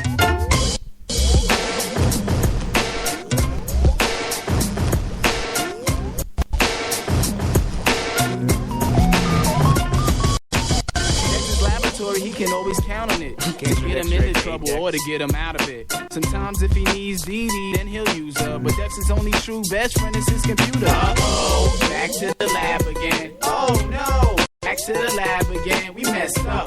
Back to the lab again. Not again. Back to the lab again. Uh-oh, back to the lab again. Oh no, back to the lab again. We messed up. Back to the lab again. Not again. Back to the lab again. Uh-oh.